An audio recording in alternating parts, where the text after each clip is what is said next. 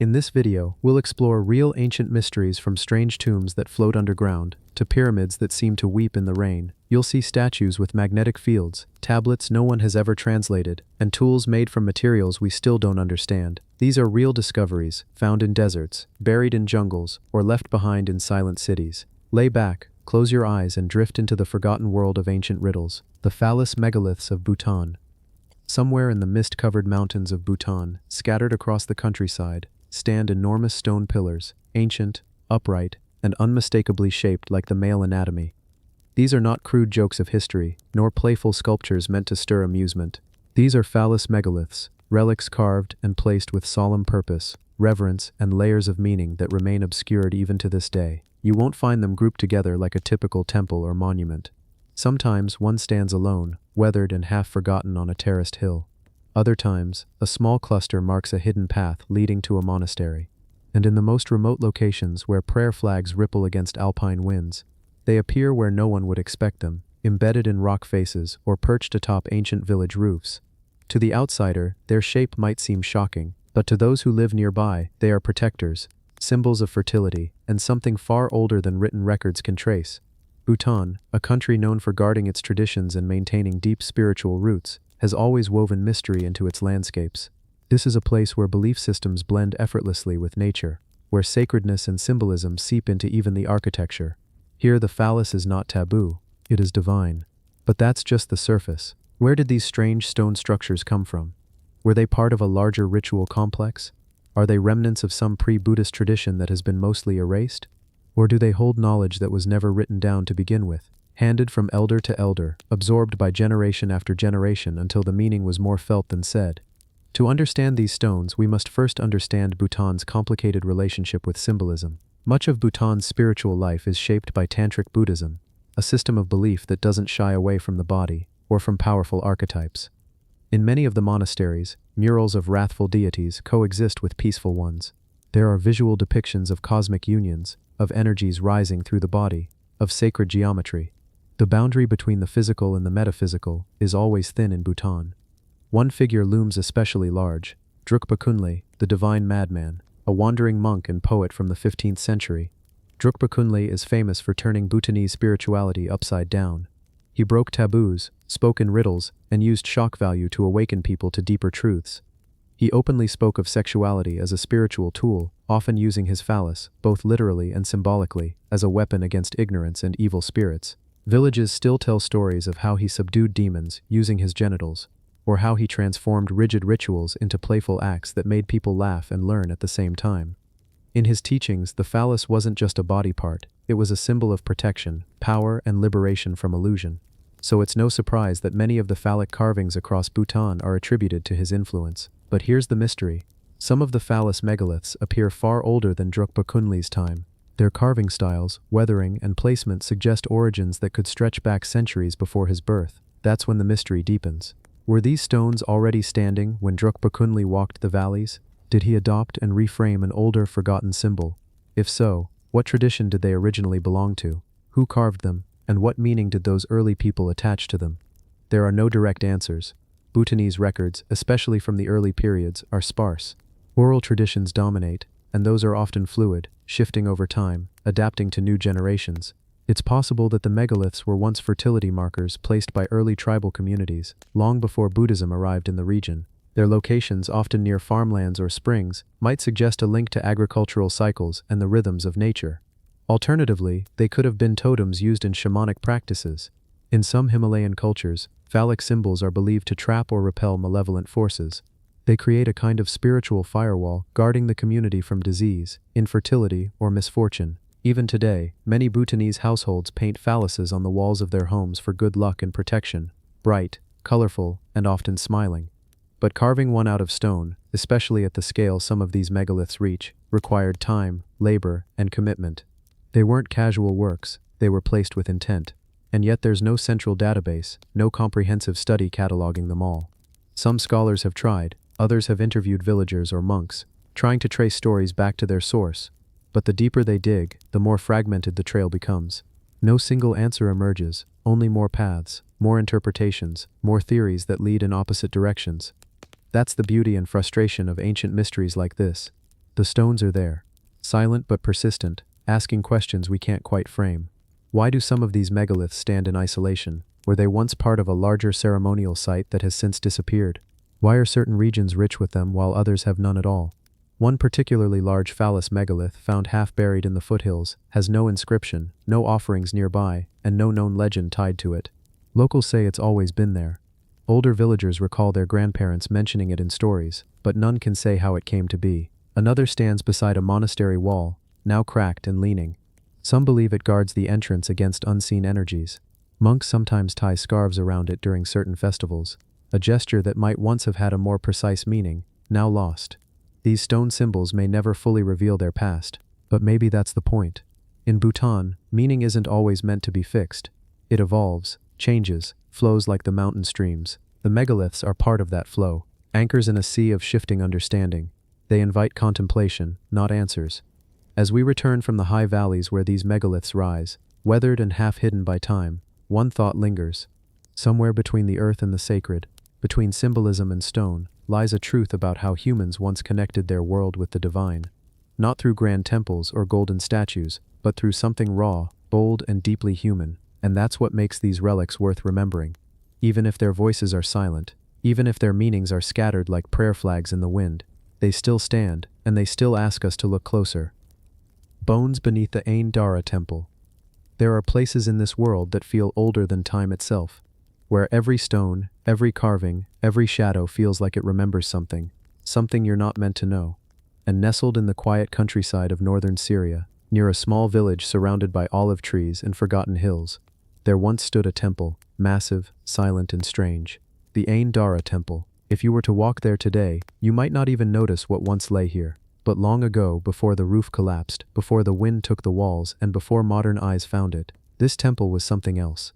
Built over 3,000 years ago, Ain Dara wasn't just another structure of stone and symbols. It was a place of worship, yes, but also a mystery. And what lies beneath it has never been fully explained. You see, there's something about Ain Dara that has baffled archaeologists since the moment it was uncovered. And it's not just the temple's grand size, or its strange resemblance to another ancient structure you've probably heard of, Solomon's Temple in Jerusalem. No, what really sets it apart is what's carved into the floor. Footprints, massive ones. 2 giant footprints, pressed into the stone floor like someone or something immense had once walked across it. One at the entrance, another deeper inside, each one measuring over 1 meter in length, perfectly shaped, too perfect. It's almost as if the builders wanted to show that a god had once walked there, or maybe they weren't showing anything. Maybe they were documenting something they actually saw. Now imagine you're walking into this temple at dusk. The sun is just a golden smear behind the mountains. The air is still, heavy with that desert stillness. Your footsteps echo on cracked stone. And right beneath you, the footprints. Not animal, not human, too big, too perfect. Who made them? Why are they here? Archaeologists have guessed everything from symbolic art to ceremonial designs, but they can't explain the precision, and they certainly can't explain what lies beneath. Because it turns out, beneath Ain Dara, something else is buried. When excavations began, researchers found traces of earlier structures beneath the temple. But as they dug deeper, something strange happened. They found bones. Not just 1 or 2, but many. Old bones, scattered. Some human, some, they're not so sure. And the deeper they go, the stranger it gets. Some of the bones seem burned, intentionally scorched. Others look like they belong to animals, but not species known to that area. And then, there are the tools. Carved stones, strange objects, even a few symbols etched into rock that don't match any known language. One researcher described it as a second layer of mystery, as if the temple above was only part of the story, a cover, a marker, and what lies beneath it, that's the part no one really talks about. There are whispers, unconfirmed of course, that some of the bones were fused with metal, like they had been part of some ritual, or part of something else, something not quite human, and not quite explainable. But here's where it gets really strange. Locals, especially the older ones, have long believed that the Ain Dara temple was cursed, that it was never meant to be disturbed, that it was built not to worship something, but to keep something buried. Some even say they've seen lights, heard sounds from underground, low hums, unnatural vibrations, and while many dismiss it as legend, there's one thing you can't ignore. Right before the deeper dig teams were scheduled to begin their most invasive excavation, the entire site was bombed. A Turkish airstrike.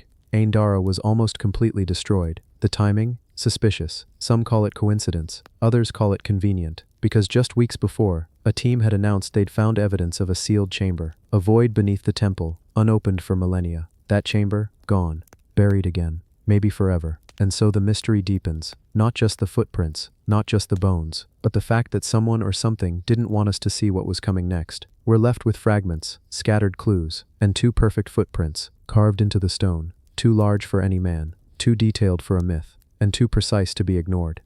What walked through Aindara? Why was it buried? And more importantly, did it ever leave? Sleep well tonight, because sometimes the oldest stones still whisper, and sometimes the footsteps never stop. The Zurbruk idol's forgotten faces. Somewhere in the heart of Eastern Europe, nestled beneath the soil of a sleepy riverbank, a statue waited to be found. Not tall enough to impress by size alone, not gilded in gold or crowned in precious gems. And yet, what this statue carried was memory. A memory long buried. A memory nearly erased. The Zurbruk idol. A 9-foot-tall limestone pillar, carved on 4 sides, each face revealing a different character, a different being, a different piece of something no longer fully remembered. Discovered in 1848 from the Zurbruk River in modern-day Ukraine, the idol didn't belong to any well-preserved museum culture.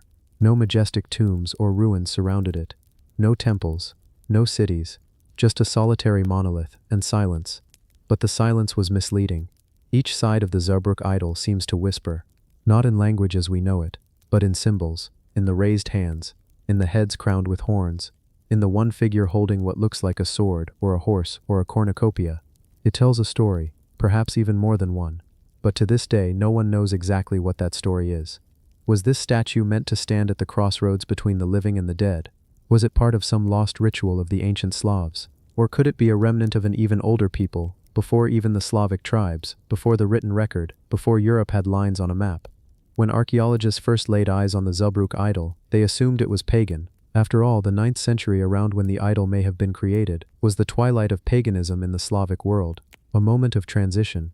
Christianity was spreading fast, and much of the old ways were being forcefully erased. Shrines were burned, sacred groves were cut down, oral histories were silenced before they could be written, and perhaps in that chaos, someone tried to save what they could. Maybe the idol was buried, not abandoned, hidden by hands that feared the changing world, hidden to protect a sacred memory from the fire of conversion. The statue itself is a vertical triptych, almost like a totem. The top tier appears to be divine, a god or goddess with raised hands, perhaps a symbol of prayer, perhaps a sign of receiving. The middle layer seems more human, figures with instruments, a sword, a wheel, a creature, maybe representing nature, fertility, war, life. And then the bottom, the base, buried in the earth, a hunched figure with bowed head. Some believe this was the underworld, the land of the dead, the place where ancestors go, or perhaps where the soul must pass through. 3 layers, heaven, earth, and underworld, spirit, body, and shadow. In some interpretations, the faces of the idol represent different gods of the Slavic pantheon. Stribog, god of winds, Perun, god of thunder and war, Mokosh, the Earth Mother. But there's no written text, no guidebook, no carved nameplates, only stone, and stone forgets slowly. So we are left guessing, and yet what's perhaps most chilling is that this idol, buried for 1,000 years, feels familiar. Its arrangement, layers of worlds, vertical faces of different powers, isn't unique to Slavic mythology. You'll find echoes in the totem poles of the Pacific Northwest, in Hindu cosmic mountains, in the Norse world tree, Yggdrasil, 3 levels, divine beings, shadow realms. Something about this vertical storytelling is ancient, maybe universal. Maybe it speaks to something deeply human, how we see the world and our place within it. Are we children of the sky, of the earth, of the underground mysteries? The Zurbruk idol doesn't answer, it only asks, and it asks quietly. There's also the mystery of its rediscovery. Why was it found in the Zurbruk River? Was it thrown in during the Christianization of the region, discarded as heresy, or was the riverbank its original home? Was the idol part of a water-based ritual site? In Slavic mythology, rivers were often sacred, spirits lived in them, souls passed through them. Maybe this statue stood watch, marking the border between this life and the next. When it was pulled from the river, the idol was largely intact. Despite the centuries, its features survived. Today, it's housed in Krakow, Poland. A replica stands in the Tretiakov Gallery in Moscow. Yet for many, the original idol carries an unsettling aura. It's not monstrous, not grotesque. But when you stare at it long enough, something in your mind shifts. Your thoughts quiet. It feels ancient, not in the way of ruins. Ancient in the way a dream feels old, like you're remembering something you never lived. No one agrees on what the idol truly represents. Some say it's a calendar, a vertical stone that marks the seasons. Others say it's a depiction of the cosmos, a map of the world in 3 dimensions. Still others believe it was not a sacred item at all, but a political one, a marker of tribal power, a warning to those who approached. This is who we are, this is who we worship, this is our lineage. But perhaps the most curious theory is this, that the Zeebrugge idol is not of Slavic origin at all, that it predates them, that it's a holdover from an older civilization, now lost, that what we're calling Slavic gods might not be Slavic. Imagine that for a moment, an ancient people whose stories never made it to parchment, whose cities were swallowed by forest or flattened by empire, left behind this one monolith. And now, we misread it, we label it, we confine it to myths we understand, when in truth, it might be trying to tell us something much older. The posture of the figures, the spiral patterns, the peculiar proportions, they don't quite match later Slavic art, nor do they match Christian or Roman influence. This statue is an orphan, from a culture with no clear descendants. That's the quiet terror of the Zeebrugge idol. It's not just forgotten, it might be unplaceable. In a world where we classify everything, that's a nightmare. But for those of us who love ancient mysteries, it's a dream, because it means that under the soil of modern nations, fragments of lost histories still wait. Stories that have escaped the fire of conquest, the fade of time, the blinding glare of modern certainty. The Zeebrugge idol stands not just as a mystery, but as a question. How much of our past has been mislabeled? How many forgotten faces are still waiting to be seen? And when we finally look them in the eye, will we recognize them, or will they recognize us? The tomb of the Griffin warrior. In the olive-rich hills of western Greece, just beyond the sleepy village of Pylos, there lies a place that was once believed to hold nothing more than dust and forgotten history. For years, archaeologists passed by the area without suspecting that anything significant lay beneath. The landscape offered no clues, no towering stones, no broken columns, just dry grass and the rustling of the wind through scattered shrubs. But in 2015, everything changed. A team from the University of Cincinnati, working near the ancient palace of Nestor, began to clear an unremarkable patch of earth. At first they thought they were uncovering just another modest Mycenaean grave, but what they found instead would quietly rewrite what we know about early Greek civilization. Beneath a simple layer of soil, they unearthed a stone-lined shaft tomb over 3,500 years old. It was deep, about 5 feet, and sealed tightly, and what was inside was nothing short of astonishing. There, lying undisturbed for more than 3 millennia, was a skeleton. But not just any skeleton. This was a warrior, powerful, possibly noble, buried with over 1,400 artifacts, carved ivory, gold rings, a bronze sword with a gold-covered hilt, and hundreds of beads made from amber and carnelian. His teeth were intact, his bones were strong, but what caught the world's attention was not just the wealth, it was the mystery of who he was. Because this warrior had been buried centuries before the famous palace beside him was even built. He belonged to a time when the Mycenaeans were only beginning to shape their culture, and yet he had objects from both the Mycenaean world and the Minoans of Crete, cultures that until then were thought to be more separate than connected. At his side lay a small plaque, just 3.6 centimeters long, called the Pylos Combat Aga, and on it, a carving so detailed, so refined, that even modern eyes could barely believe it wasn't machine-made. It showed a warrior plunging a blade into another's neck, while a third figure collapsed beside them. Muscles, expressions, even the fine detail of the tunics, they were all etched into this tiny seal with impossible precision. The question that followed was simple and unsolved. Who was this griffin warrior? The name came from the griffins, mythical lion-eagle creatures depicted on nearby artifacts found within the grave. But there was no inscription, no name, no scroll, just items and a body. He could have been a priest, or a war leader, or something else entirely, someone with the rare power to bridge cultures. Someone the Minoans respected enough to bury with their art, and the Mycenaeans honored with their weapons. And so, the tomb became more than a tomb. It became a time capsule, a quiet whisper from the Bronze Age, when myth and history still overlapped, when gods and men might walk the same stone paths. The dagger at his side was still sharp, the mirror made of bronze still reflective. He had been laid to rest with intention, with care. There was no looting, no signs of damage. Whoever buried him made sure his memory would sleep undisturbed. But why here? Why Pylos? The palace nearby would later become one of the Mycenaean strongholds, filled with linear B tablets and storerooms of oil and wine. But in his time, it was nothing, just hills, just olive trees. So did he help build it? Was he one of the founders? Archaeologists think he might have been a transitional figure, someone who lived at the edge of 2 civilizations. Perhaps his marriage joined kingdoms. Or maybe he was a warrior sent as a diplomatic offering, rising to power in a foreign land. Whatever the case, his tomb was meant to speak, not loudly, but clearly, to those who could understand its silence. The agate seal in particular has puzzled experts. Carving such intricate detail would require tools more advanced than any previously known for the period. The artist would have needed magnification, yet there's no evidence they had lenses, and the craftsmanship is unlike anything found before or after, which raises yet another question: was it made by his people, or imported from a lost workshop, from a culture we still haven't discovered? As time passes, the answers don't get clearer, but the mystery deepens. Each new test, DNA analysis, chemical studies, reveals more fragments, but not the full image. His bones, for instance, show a healthy adult male in his 30s, broad shoulders, tall for the time. He likely led a physically active life, but there's no clear sign of injury, no battle wounds. Was he truly a warrior, or was that part symbolic? It's hard to say. Some researchers now believe the tomb was staged for the afterlife, rather than built around actual events in his life. The objects might represent what he was meant to be in the next world: a noble, a fighter, a man of the gods. The tomb's location is also significant, close to a spring. Water, in ancient belief, often marked the passage between worlds, and so the griffin warrior may have been laid down not just to rest, but to cross over. Today you can't visit his grave. It's been carefully reburied to protect it. But his story has quietly stirred the world of archaeology. Not because it gave us concrete answers, but because it reminded us how much we still don't know.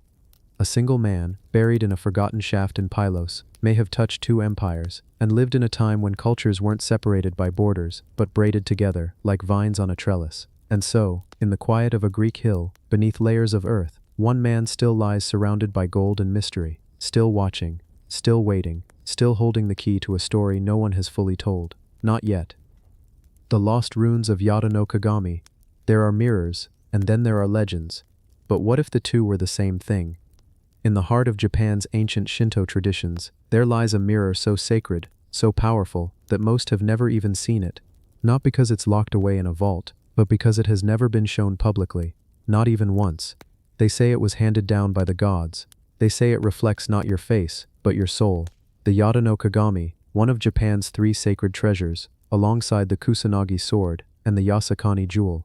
A mirror that's been worshipped, guarded, hidden, and for centuries, surrounded by whispers, some claiming it doesn't even exist, others saying it's still pulsing with divine energy. But what truly makes this ancient object so strange is what was supposedly carved into it. Symbols, markings, runes, if they could be called that don't match anything in Japanese writing systems, ancient or modern. The story begins in the age of the Yamato, a time when myth and history blurred, when emperors traced their lineage to the sun goddess Amaterasu herself. And it was she, according to legend, who gave the mirror to her descendants. But this wasn't a gift of vanity, it was a command. Know thyself. Amaterasu is said to have whispered through the mirror's glow. Let this reveal your heart. That alone makes the object strange enough. But then, centuries pass. The mirror is moved, hidden, protected in the Ise Grand Shrine, Japan's most sacred location, a place so holy that it's completely rebuilt every 20 years, using ancient carpentry methods to maintain purity. And inside, somewhere deep within the inner sanctum where no human eyes may enter, is said to rest the Yata no Kagami. No photos, no drawings, not even the priests themselves are allowed to touch it directly. So how do we know it even exists? In 1040 AD, the shrine was briefly opened for a rare imperial viewing. What was described in ancient scrolls doesn't sound like a typical polished bronze mirror. It was described as glowing. It was said to hum, faintly, and across its edges, strange etchings. Some said they resembled early Chinese oracle bone script. Others insisted they weren't writing at all, but some kind of celestial coding, a language not from this world. Now let's pause, because this is where things start to shift into mystery. In the 19th century, during the Meiji Restoration, several Shinto artifacts were quietly examined by the new government, trying to reclaim power from the priesthood. One record, almost forgotten, claims a round mirror object was examined and deemed non-Japanese in origin. That single line, buried in an administrative report, has fed countless theories since. Could the mirror have predated the Yamato altogether? Could it be from a lost civilization that once passed through the islands of Japan? One theory stands out, and it's a strange one. It suggests the mirror was not made in Japan, but found, discovered deep within a mountain cave system centuries ago by early hunter shamans. The mirror, already aged, with rustless bronze and inscriptions none could understand, was declared divine simply because it couldn't be explained. It was then, the story goes, that a legend was born. This is the eye of the goddess.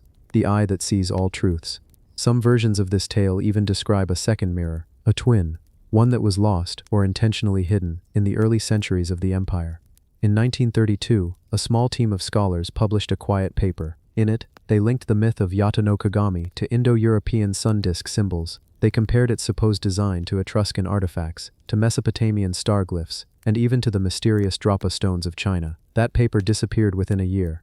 The team was pressured, many believe, to discredit their own research, and soon after, all discussion of the mirror's true design fell back into silence. Today, the mirror remains locked inside the East Grand Shrine. It is cleaned by hand, but never seen. It is guarded constantly, but never displayed. Some even believe what's there isn't the real mirror at all, that the true Yata no Kagami was taken, or buried, long ago, and what remains is a copy, a stand-in. But that begs the deeper question: if the original is gone, where did it go? There are rumors of a site in Okinawa where a polished disc was found in a limestone cavern. There are accounts from 17th century Jesuits describing a metal eye in the mountains near Nara. And then there are the runes, the markings no one can read. Some believe these are solar maps. Others think they are the lost language of the gods. A few even suggest they could be coordinates, encoded directions to something far older. Because here's the thing: what if this mirror is not just an object, but a message? A message from a forgotten time, from a civilization erased by sea, fire, or silence. What if we were never meant to use the mirror as a tool of worship, but as a doorway? A way of seeing what we were, before memory, before empire, before even myth had a name. The untranslated Botarita plates. In a quiet part of northeastern Spain, just outside the town of Zaragoza, there lies a discovery that seems almost too overlooked for what it might contain. No towering statues or deep crypts here. Just bronze, cold, flat, and quiet. Yet the mystery it carries might be deeper than anything buried beneath the earth.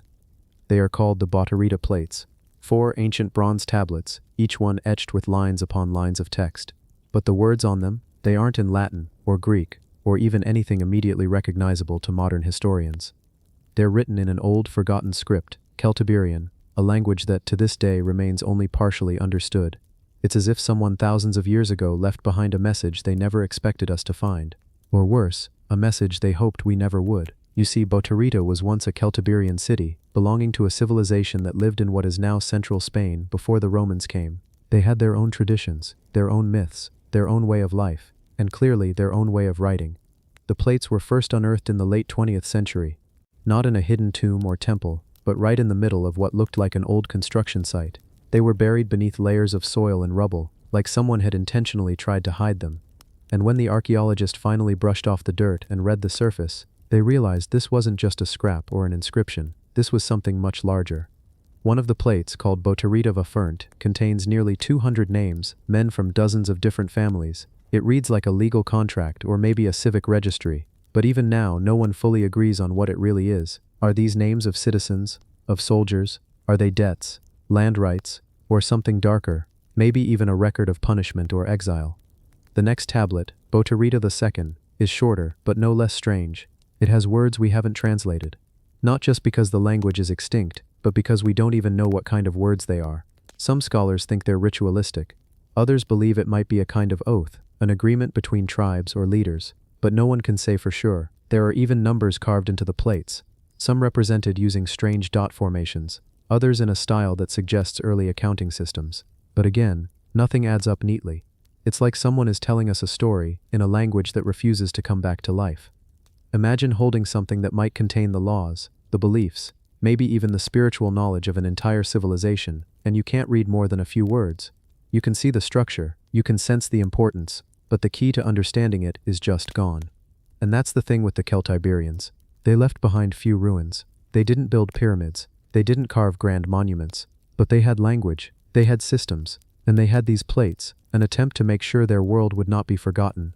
But history doesn't always cooperate. The Romans came not long after the time these plates were likely made, and with them came a wave of transformation or erasure. Whole towns disappeared. Languages faded out, forcibly replaced with Latin. Oral traditions, lost. Rituals, suppressed. All that was left were whispers, metal plates with a code we still haven't cracked. What's more unsettling is this. Even with modern tools, even with AI and linguistic software, the Celtiberian script refuses to open up completely. It's like trying to complete a puzzle with only half the pieces, and no idea what the final image is supposed to be. And maybe that's what makes it so haunting. The more you look at the Botarita plates, the more they feel like a voice calling out through time, but muffled. Not erased, not broken, just sealed. As though the culture itself has put up a wall around its own memory, and no amount of digging or decoding has been able to bring it down. There's a theory, only a theory, that the plates might actually contain a kind of spiritual encryption, that the Celtiberians didn't just write in a literal language, but layered their meanings using metaphor, symbols, and even tone. That would mean the plates aren't just texts, they're performances, scripts, ritual recitations that only make sense when spoken aloud by someone who knows the story behind each name, each phrase, each symbol. But of course those people are long gone, and so the plates sit, today, housed in museums, carefully preserved, occasionally studied, and often forgotten. A few scholars devote their lives to trying to read just one more line, one more connection, one more clue that might turn the tide. Because maybe, just maybe, if we understood the Botarita plates, we'd understand the Celtiberians. Their fears, their values, their systems of belief. Maybe it would rewrite what we know about the pre-Roman world in Europe. Or maybe it would confirm the suspicions that something more advanced, more connected, was taking place across ancient Europe than we ever imagined. There's another strange part of this mystery. The locations where these plates were found don't match typical Celtiberian settlements. Some say they suggest outside influence, contact with other cultures, perhaps even long-distance communication with groups from the Mediterranean, or further. Could it be that the Botarita plates weren't just written for locals? Could they have been a message meant for someone else entirely? An alliance? A warning? A chronicle to be read not now, but later? No one knows. All we have are bronze sheets marked with purpose but cloaked in silence, and in that silence our imagination takes over.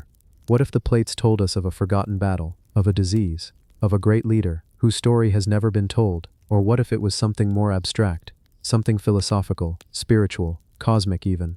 The truth is, we don't even know the questions to ask, and maybe that's the greatest mystery of all. The catacombs of Qalm el-Shokafa. In the heart of Alexandria, Egypt, a city shaped by centuries of overlapping civilizations, there lies a secret beneath the dust and stone. It is not visible from the street. There are no towering structures or grand staircases announcing its presence. Just an ordinary spiral staircase descending into the shadows. But what it leads to is far from ordinary. This is Qalm el-Shokafa, a name that translates roughly to Mound of Shards, because once, the area was littered with broken pottery, pieces left behind by visitors who would bring food and offerings for the dead and then smash the containers. A quiet ritual, one that tells you this was no ordinary burial ground. The catacombs of Qalm el-Shokafa are unlike anything else in Egypt or the world, and even now, over 2,000 years later, they're still raising more questions than answers. The deeper you go, the stranger it gets. Let's descend together, down the spiral staircase, into the cold, still air of the ancient underground. Light dims, sound changes. You're stepping back in time, not just through centuries, but across cultures, beliefs, and the ways we once imagined death. These catacombs date back to the 2nd century AD, during the Roman era of Egyptian history, but it's not Roman, and it's not fully Egyptian either. That's the first mystery, because when you step inside the burial chamber, you're greeted by carved figures on the walls, guardians of the dead. But look closely, they're not exactly like the Egyptian gods you'd expect. The heads may be Egyptian, yes, but the bodies, the armor, the posture, it's Roman. These are hybrid guardians, mashing two great cultures into one surreal vision of the afterlife. And that theme continues. There's a central tomb chamber here, built to look like a house. A Roman-style triclinium, essentially a dining room, built for the dead. You can still see the benches carved from stone where mourners might have once sat, feasting in memory of the departed. This space, so clearly shaped by Roman funerary tradition, is right next to Egyptian motifs. Anubis, the jackal-headed god, standing like a Roman soldier. Why? What did the people who built this place believe about life and death? That's part of the enigma. No texts were found, no clear explanation, just walls, statues, layers of style and symbolism from at least 3 cultures, Egyptian, Roman, and Greek, woven together in one eerie underground structure. All of it hidden for centuries beneath the sand, until a donkey fell through the roof, in 1900.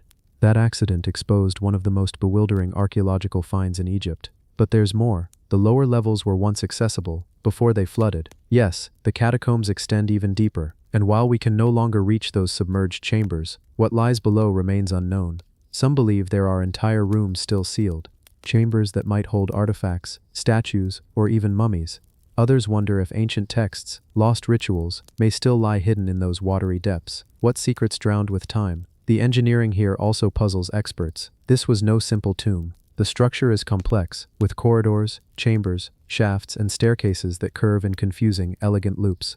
There's symmetry, but there's also strangeness. Rooms that serve no clear purpose, niches with no known symbolism, and of course, those Roman, Egyptian, Greek figures, still staring down the dark corridors. One statue, half crumbled, appears to depict a woman. Some say she resembles a goddess. Others argue it's a noblewoman buried here.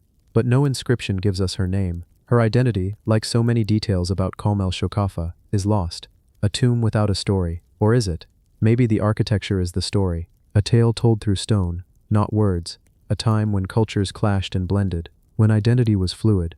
When death itself was imagined not just as an end, but as a transformation. A passage. One that required guides from every mythology. Anubis, Hermes, Osiris, working side by side. There are catacombs in Rome, tombs in Thebes, but nothing quite like this. Tourists who visit Khalil Shokafa today still describe the experience as disorienting, quiet, surreal. You feel watched, some say. Not in a fearful way, just noticed. As if the carvings and statues haven't truly stopped being guardians. The silence down there is heavy. It's not the silence of a museum. It's something else. A pause between worlds. The kind of quiet that suggests you're standing in a place where death, memory, and belief still hover in the air. What did they want us to see? Who were these people, building such a place with such care, yet leaving no record? And why did they combine gods in such strange ways? We may never know, but the catacombs remain. Beneath the city. Beneath history itself. A ghost of a world that blurred borders and beliefs to create something unrepeatable. Khalil Shokafa is not just a tomb, it's a mirror, one that reflects how fragile and strange and deeply curious our past really is. Even after 2,000 years, it's still waiting, watching, and quietly reminding us that death was never meant to be simple. Not here, not in Alexandria, not when mystery lives underground. Secrets of the Makapansgat Pebble. Long before there were chiseled statues, before temples rose from stone, before anyone had even shaped a tool or carved a line in the earth, something remarkable happened in what is now South Africa. It was hundreds of thousands, some say millions of years ago, a time so ancient it doesn't even register on the human timeline.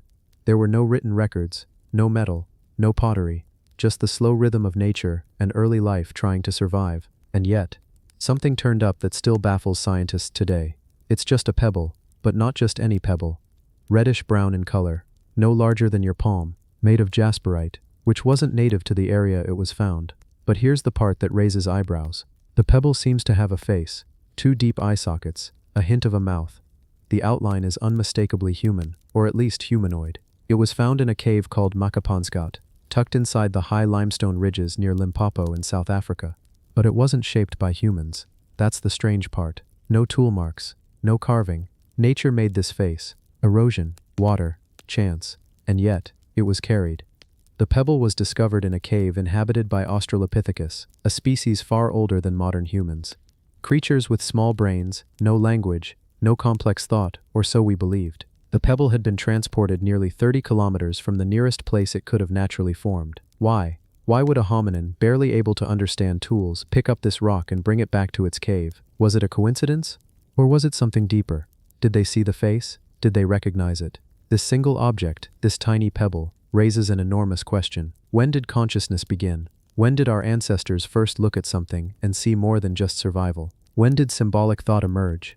The Makapansgat pebble might just be the earliest known sign that our ancestors could recognize something in the world that had no practical use, only meaning. Imagine the scene. A young Australopithecus walks along a dry streambed, the sun hot on their back. Suddenly they stop. A glint catches their eye. In the dust, a strange object. It looks familiar. It resembles something they've seen in the reflection of water. Maybe it looks like them. They pick it up. No smashing it for food. No tossing it away. Instead, they hold it. Maybe even carry it home. What happened next? Did they show it to others? Did it become a totem? Did they bury it? Place it in a special part of the cave? The fact that it was found in a cave associated with habitation is telling. It wasn't out in the open. It was where they lived. A place where they returned again and again. And in that cave, thousands, millions of years later, archaeologists found it. This tiny, ancient symbol of perception. Some scientists believe this is the oldest known example of symbolic thinking. Not a tool, not a weapon, not a container, just a symbol, a face. Others argue it could have been random, carried by accident. But how likely is that? When you think about the distance it traveled, the care it must have taken, and the context of where it was found, it's hard to dismiss it. This one object forces us to rethink when self-awareness began, not just as a species, but as a feeling, a moment, a spark. Could it be that long before humans knew how to draw or build, we were already seeing meaning in the world around us? The Makapansgat pebble is held today in the University of the Witwatersrand in Johannesburg. It's kept safe, studied, photographed, but it remains an enigma. It sits in a glass case. People walk by and see a rock. Others see something else. Maybe it's not what the pebble is that matters. Maybe it's what it represents. The birth of imagination. The dawn of meaning. A sign that even before we were fully human, we were becoming something more. And all of that, from a pebble. Small, silent, and impossibly ancient. The stone heads of Nuku'oro. In the middle of the Pacific, far from the bustling modern world, lies a scattering of small islands so remote they often disappear from maps altogether. But it is here, on one of these isolated specks of land, known as Nuku'oro, that an ancient enigma silently waits. These aren't the towering monuments of Egypt, or the sprawling ruins of South America. These are something else, something more quiet, more haunting. Carved from black basalt, the stone heads of Nuku'oro seem almost out of place, resting quietly in the tropical vegetation, their soft contours worn by time, their meanings eroded by centuries of salt, wind, and silence. Some stand tall like sentinels, others sit low and watchful. Their expressions are minimal, 2 indentations for eyes, a suggestion of a nose, and the faintest indication of a mouth. And yet, despite their simplicity, they carry an eerie presence, a sense that they were never meant just to decorate, but to witness. No one knows exactly when these statues were made. The oral histories of the Nuku'oro people hint at a distant age, before written records, before Western contact, before even the firm boundaries of religion and nation. They were carved, perhaps, to honor spirits, or gods, or ancestors, or something else entirely. But now, even the reasons have faded. When Europeans first arrived in Micronesia during the 19th century, they were fascinated by what they found on Nuku'oro. Dozens of statues, ranging in size from a few inches to more than 5 feet tall, stood scattered across the island, some upright, others leaning or half-buried. They asked the islanders about them. Who carved them? Why? What did they mean? The answers were elusive. Some said the stones were linked to Tino Aitu, spirit figures that embodied gods or deified ancestors. Others mentioned rituals, performed once a year, in which offerings were brought before the statues. Yams, coconuts, pigs, gifts meant to keep the balance between this world and the next. But no one could tell how long these traditions had existed. The carvings, it seemed, were already old when the oldest islanders were young. There's something haunting about that, something deeply human. The idea that we could shape something with our hands, imbue it with meaning, with memory, with ritual, and then slowly forget. The stone heads are carved from basalt, a material not native to Nuku'oro. The nearest volcanic source is Pohnpei, some 800 kilometers away. That means the people of Nuku'oro either traveled vast ocean distances to collect this rock, or received it through trade, passed hand to hand across islands over generations. Either way, it points to a culture far more interconnected than we often assume. These weren't isolated islanders. They were seafarers, navigators, artists, people who left their mark, not with empires, but with silent faces carved into stone. There are no inscriptions on the statues, no dates, no names, no signatures, just shapes, smooth, rounded bodies, heads with minimal features. Some appear male, some female, some are ambiguous, perhaps representing spirits beyond gender, beyond identity. There's a stillness to them, as if they were never meant to speak, but only to observe. One of the strangest parts of the mystery is how abruptly the carving seems to have stopped. There are no signs of more recent additions, no half-finished statues, no evolving style. It's as if one day the people simply stopped making them, and never explained why. Some researchers believe this may have been linked to the arrival of Christianity. By the early 20th century, missionaries had spread through much of Micronesia, bringing new beliefs and often discouraging or outright banning old ones. In many cases, indigenous practices were erased quickly and thoroughly. On Nuku'oro, the last known statue rituals disappeared just a few generations ago. Today, many of the stone figures have been removed from the island altogether. Museums in Germany, New Zealand, and the United States now house them, where they sit behind glass, labeled, catalogued, admired, and yet, somehow diminished. Removed from the sounds of the ocean, the rustle of palm trees, the sacred spaces where they once stood. For the people of Nuku'oro, the carvings still hold meaning, but much of that meaning has become symbolic rather than practical. They're symbols of identity, of heritage, of the past. The sacred rituals are gone, but the pride remains. And so does the mystery. Why were these statues made? Who did they represent? Were they gods, or ancestors, or something else? And what happened to the culture that carved them so carefully, and then let the tradition vanish? Some anthropologists suggest the statues were part of a larger Polynesian tradition of ancestor worship, one that connected people across thousands of miles of ocean. Others wonder whether the lack of detail in the carvings is intentional, as if inviting viewers to project their own meanings onto the faces, like mirrors, quiet, unblinking mirrors of stone. In recent years, a few statues have been returned to the island. Not many, but enough to spark interest among younger Nuku'aloans, who now grow up hearing about the figures, learning about their island's heritage, and imagining what might once have been. And so the mystery lives on, in a world that often races forward, obsessed with the new, the fast, the loud. The stone heads of Nuku'alo remind us that some truths lie not in the answers, but in the act of remembering, of wondering, of slowing down long enough to truly look. Because sometimes, it's not the details we remember, but the feeling, the sense that something once mattered, deeply, even if we can no longer say why. As you close your eyes, drifting into the stillness of sleep, let the quiet faces of Nuku'alo stay with you, watching, waiting, holding memories the world has long forgotten, and reminding us, gently, that mystery is a language older than time. The Stone Tree of Potosi, Árbol de Piedra, Bolivia Desert.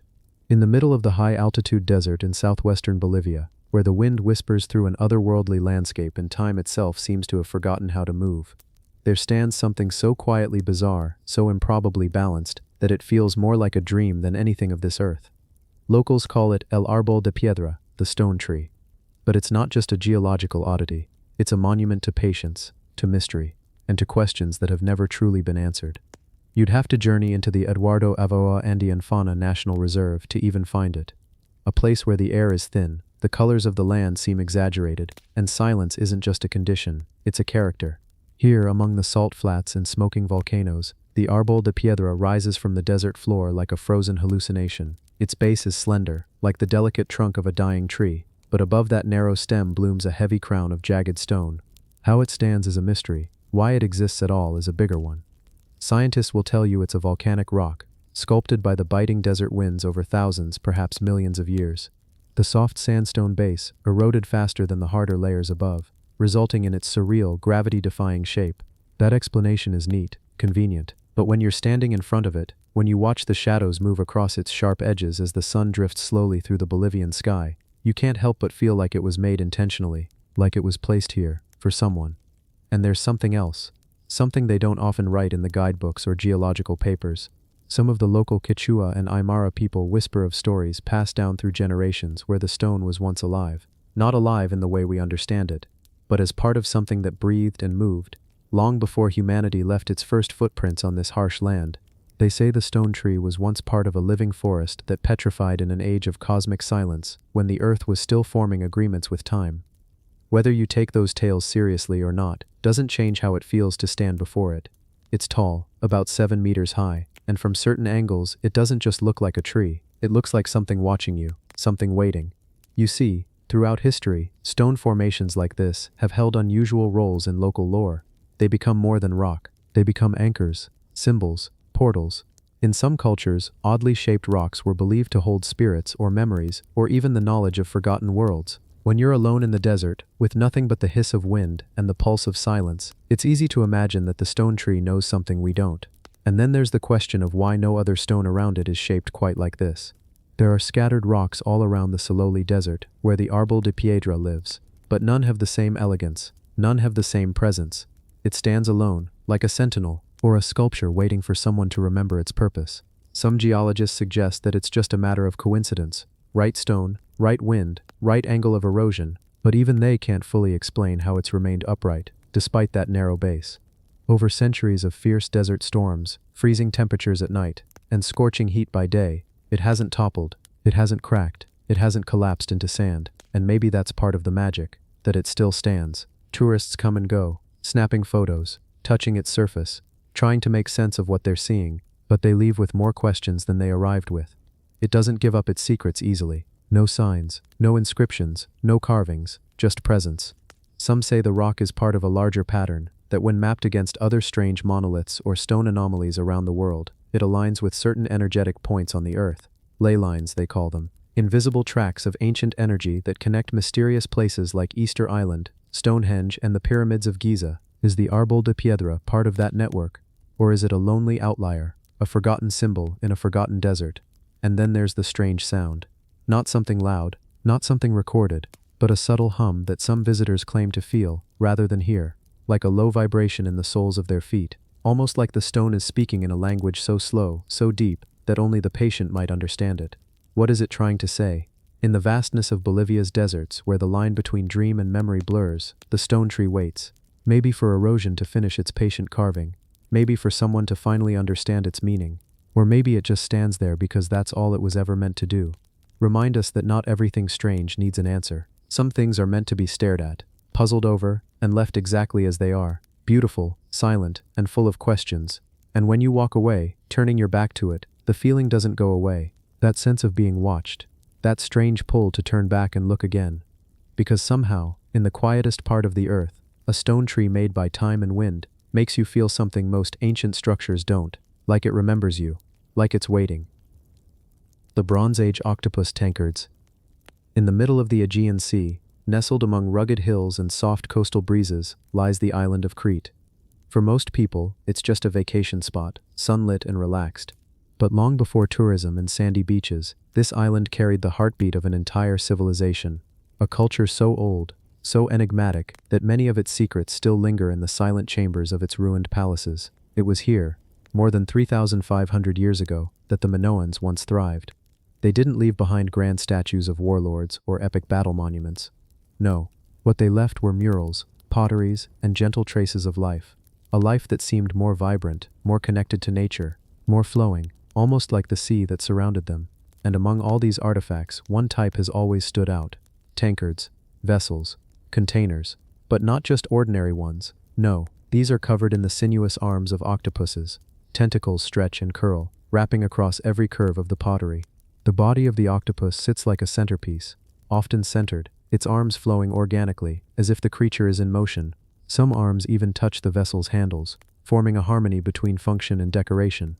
At first glance, they're beautiful, but the more you look, the more you wonder why. Why the octopus? Why this creature, of all sea life, to be painted again and again, on vessels, jars, and tankards buried deep in Minoan homes and sanctuaries? The Minoans didn't write down their thoughts the way we do. Their language, Linear A, still hasn't been fully deciphered. We don't have long scrolls or books that tell us what these octopus-decorated vessels meant to them. But these objects, they speak anyway. Archaeologists discovered many of them in a ruined city called Polycastro on the northeastern side of Crete. Others were found in Knossos and Zakros, where palaces once stood in quiet power. The moment they were unearthed, scholars were struck by the boldness of the designs, the fluid lines, the artistic confidence. The octopuses don't look like stiff symbols.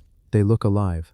The Minoan artist, whoever they were, didn't just draw an animal. They captured its movement, its intelligence. Some believe the octopus represented the sea's mystery, its power to give life and take it away. Others say it was a symbol of protection, watching over the water-filled vessels that held wine, oil, or sacred offerings. After all, the octopus hides in crevices, strikes with precision, and vanishes into the deep. It was feared, respected, and maybe even worshipped. It's possible these vases were used in rituals, perhaps to honor sea deities, or to celebrate the life-giving rains and ocean harvests. Imagine a small courtyard, candle-lit, with soft chants rising into the air. As one of these tankards is lifted and passed around, the tentacles glistening in the firelight. And there's something else that makes these pieces strange. Unlike the art from other Bronze Age cultures, Egypt, Mesopotamia, even Mycenaean Greece, Minoan art rarely focused on war. Instead, it celebrated nature. Dolphins, lilies, bulls, birds, and of course octopuses. Some historians say the Minoans were the first to build a society that reflected peace and prosperity more than conquest. But peace is fragile. Around 1450 BCE, much of Minoan civilization collapsed. Entire cities were burned. The reason remains unclear. Some say it was the Mycenaeans, Greek-speaking warriors from the mainland. Others blame a massive volcanic eruption on nearby Thera, modern-day Santorini, which triggered a tsunami that wiped out coastal settlements and destroyed farmlands. Whatever the cause, the Minoans faded.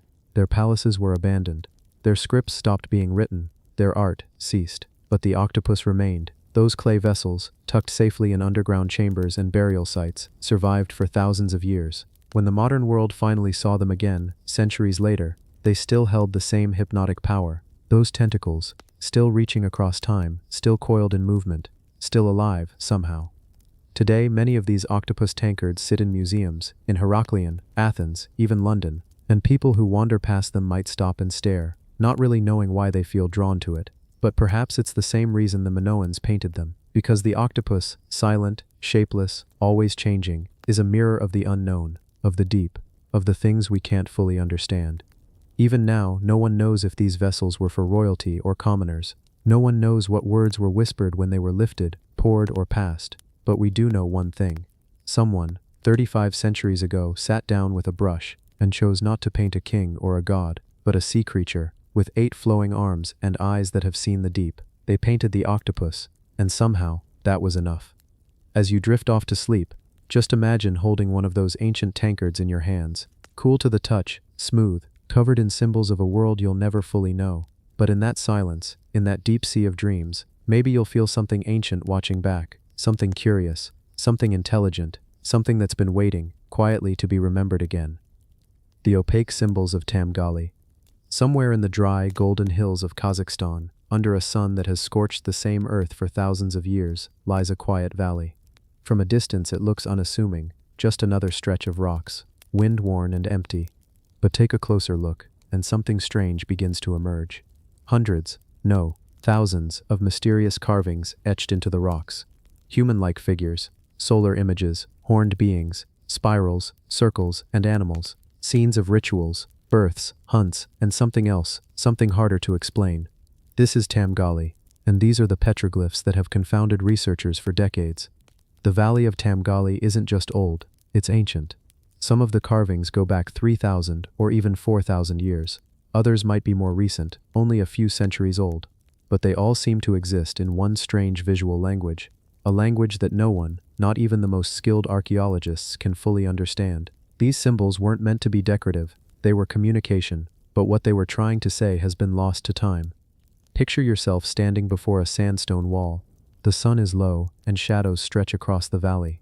You run your hand gently along the surface, feeling the grooves left by someone who lived millennia ago. They stood exactly where you are, pressing sharp tools into this same surface, not for art, but maybe for ritual, or memory, or warning. One of the most famous symbols in Tamgali is the solar-headed figure. A round head, rays shooting out like a sun. Sometimes it's standing with outstretched arms. Sometimes it's surrounded by smaller figures. It shows up again and again in different panels. But who or what is it? Is it a god? A priest? A symbol of the sun itself? Some scholars think it may be a solar deity, a spirit connected to the sun's cycle, birth, death, rebirth. Others believe it's something more abstract, a shaman perhaps, mid-ritual, channeling some force beyond comprehension. What's certain is this: the figure meant something. It was important enough to be carved repeatedly, in different parts of the valley. Some think it could have been used in initiation rites or seasonal ceremonies. But here's the strange part. Many of these carvings are grouped together like a storyboard, but without clear sequence or direction. One panel might show dancing figures next to a birth scene. Another might show what looks like a hunt, immediately followed by strange, swirling lines. Are they rivers? Spirits? Cosmic forces? We don't know. And it's not just the content, it's the placement. Tamgali's carvings are arranged in a way that seems purposeful. The valley itself might have been sacred, each rock face chosen not just for its surface, but its orientation to the sun or stars. Some carvings only glow at certain times of the day, when the light hits them at just the right angle. It's as if they were meant to be seen only during sacred moments: sunrise, equinox, solstice. There's also a noticeable silence in the academic world about some of the weirder symbols. For example, some panels show creatures that don't resemble any known animal. One carving shows a horned figure with legs like a man, but a head that's not quite human. Some call it a demon. Others think it's a hybrid animal. Still others suggest it's symbolic, something representing transformation or otherworldly knowledge. That brings us to a bigger question. Who were the people behind these carvings? Archaeologists believe several cultures passed through the Tamgali Valley: Bronze Age communities, Scythian tribes, Saka warriors, and others. But here's the twist. Even across different time periods, some symbols stayed the same. Imagine that. Hundreds of years apart, maybe even 1,000, yet two completely different groups chose to carve the same image, in the same way, in the same place. It's almost as if the symbols weren't owned by one culture. They were inherited, preserved, like a shared code passed down through generations. Why? That's where the mystery deepens, because if these symbols were sacred, and they were preserved that carefully, then they weren't just art, they were knowledge. Forbidden, maybe, or sacred enough to be protected across centuries. And then there's the human figures. Some are dancing, some are holding their hands up, some are positioned almost as if they're floating. They don't look aggressive. There's very little war imagery in Tamgali, which is rare for ancient sites. It makes you wonder, were these people peaceful? Were they more focused on the stars, the earth, the cycles of nature? The most compelling theory? Tamgali was a sacred site used for ceremony. It may have been a meeting place for different tribes, maybe even a kind of open-air temple where generations came to mark important moments. Solstices, harvests, births, deaths. But again, we don't know. Even the name Tamgali is part of the puzzle. In modern Kazakh, it translates loosely to place with signs, or marked place. How long have people known this valley was different? Even today, if you walk the path between the rocks, you feel it. It's not loud, there's no music or chanting, but something is there, something in the quiet, a sense of watching. Not in a frightening way, but in the way that ancient places tend to watch, as if the valley is remembering, waiting, and maybe that's what the petroglyphs are doing too. Not telling, just waiting, waiting for someone to understand them again. The Forgotten Pharaoh, Wenys Cartouche. They say that time buries many things, but it has an odd way of preserving what it wants you to remember, and sometimes it preserves what you were never supposed to find. In the deserts west of Cairo, buried deep within the sands of Saqqara, an ancient cartouche lay hidden for millennia, etched on the crumbling stones of a forgotten pyramid. The name it carried was almost erased by time, like a whisper smudged from a slate. Wenys, or as more modern scholars often prefer to write it, Unas. But who was he really? And why did his tomb seem to speak a language older than the gods of Egypt? We begin beneath the low sandstone ridges of Saqqara, one of the oldest necropolises in the world. If you were to walk here as the sun slips beneath the horizon, the wind would carry sand like whispers, whispers that echo through the burial shafts and sunken staircases. There, at the very end of a forgotten causeway, is a small, modest pyramid. Smaller than most, unassuming, cracked and weather-worn. This is the Pyramid of Wenys.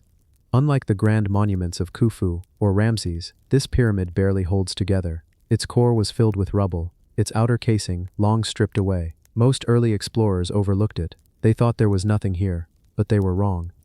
When archaeologists finally tunneled through the debris and reached the burial chamber, what they saw was not silence, but something else. The walls were covered, not with decoration, but with writing. Thousands of vertical lines, columns of symbols, stretching from floor to ceiling. This was the first known pyramid to feature the pyramid texts. Let that settle in for a moment. Before Unas, no Egyptian king had ever filled his tomb with words like this. There were images, there were gods, there were offerings, but words, full sentences, entire chapters of the afterlife. This was new. It was as if Unas, or Wenys, had started something other kings would copy for centuries. But even here the mystery only deepens, because when you read the pyramid texts inside the tomb of Wenys, the imagery isn't simple. It's not just prayers or praise, it's cryptic, at times disturbing. There are lines about the king ascending to the stars, about him devouring the gods, about being transformed into something beyond mortal comprehension. The texts speak of becoming the crocodile, consuming the hearts of the gods, and riding a boat through fire. Why would a peaceful pharaoh request such things for his afterlife? And here's where things take a strange turn.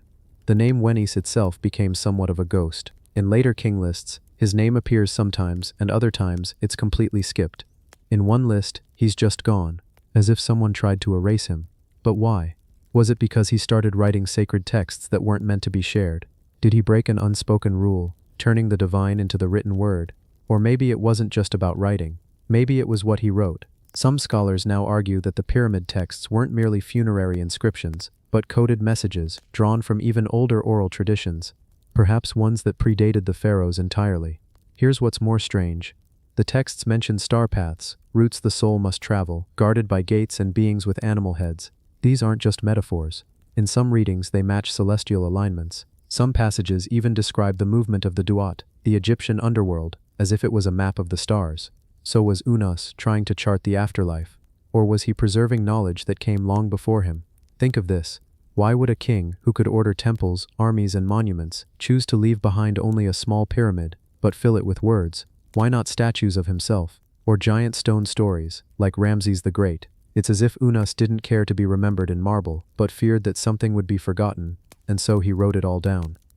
Now back to the cartouche, the oval-shaped ring enclosing a king's name. Most cartouches are carved large, in bold relief, announcing a ruler's divine right, but the cartouche of Wenis, it's small, tucked in corners, in some places even faintly etched, like an afterthought. Some Egyptologists found this odd. Was his reign short? Was he a placeholder king? Or did something happen, something powerful that made future generations reluctant to speak his name? One theory is that Wenis came to power at the very end of Egypt's 5th dynasty, during a time of drought, famine, or social upheaval. Perhaps he faced something unseen, something not written in mainstream history. And what if the pyramid texts, in their cryptic language, hold clues to that moment? There's a chilling passage from the tomb. Unas has swallowed the wisdom of every god. His belly is full of their magic. He has become the one who judges the unseen.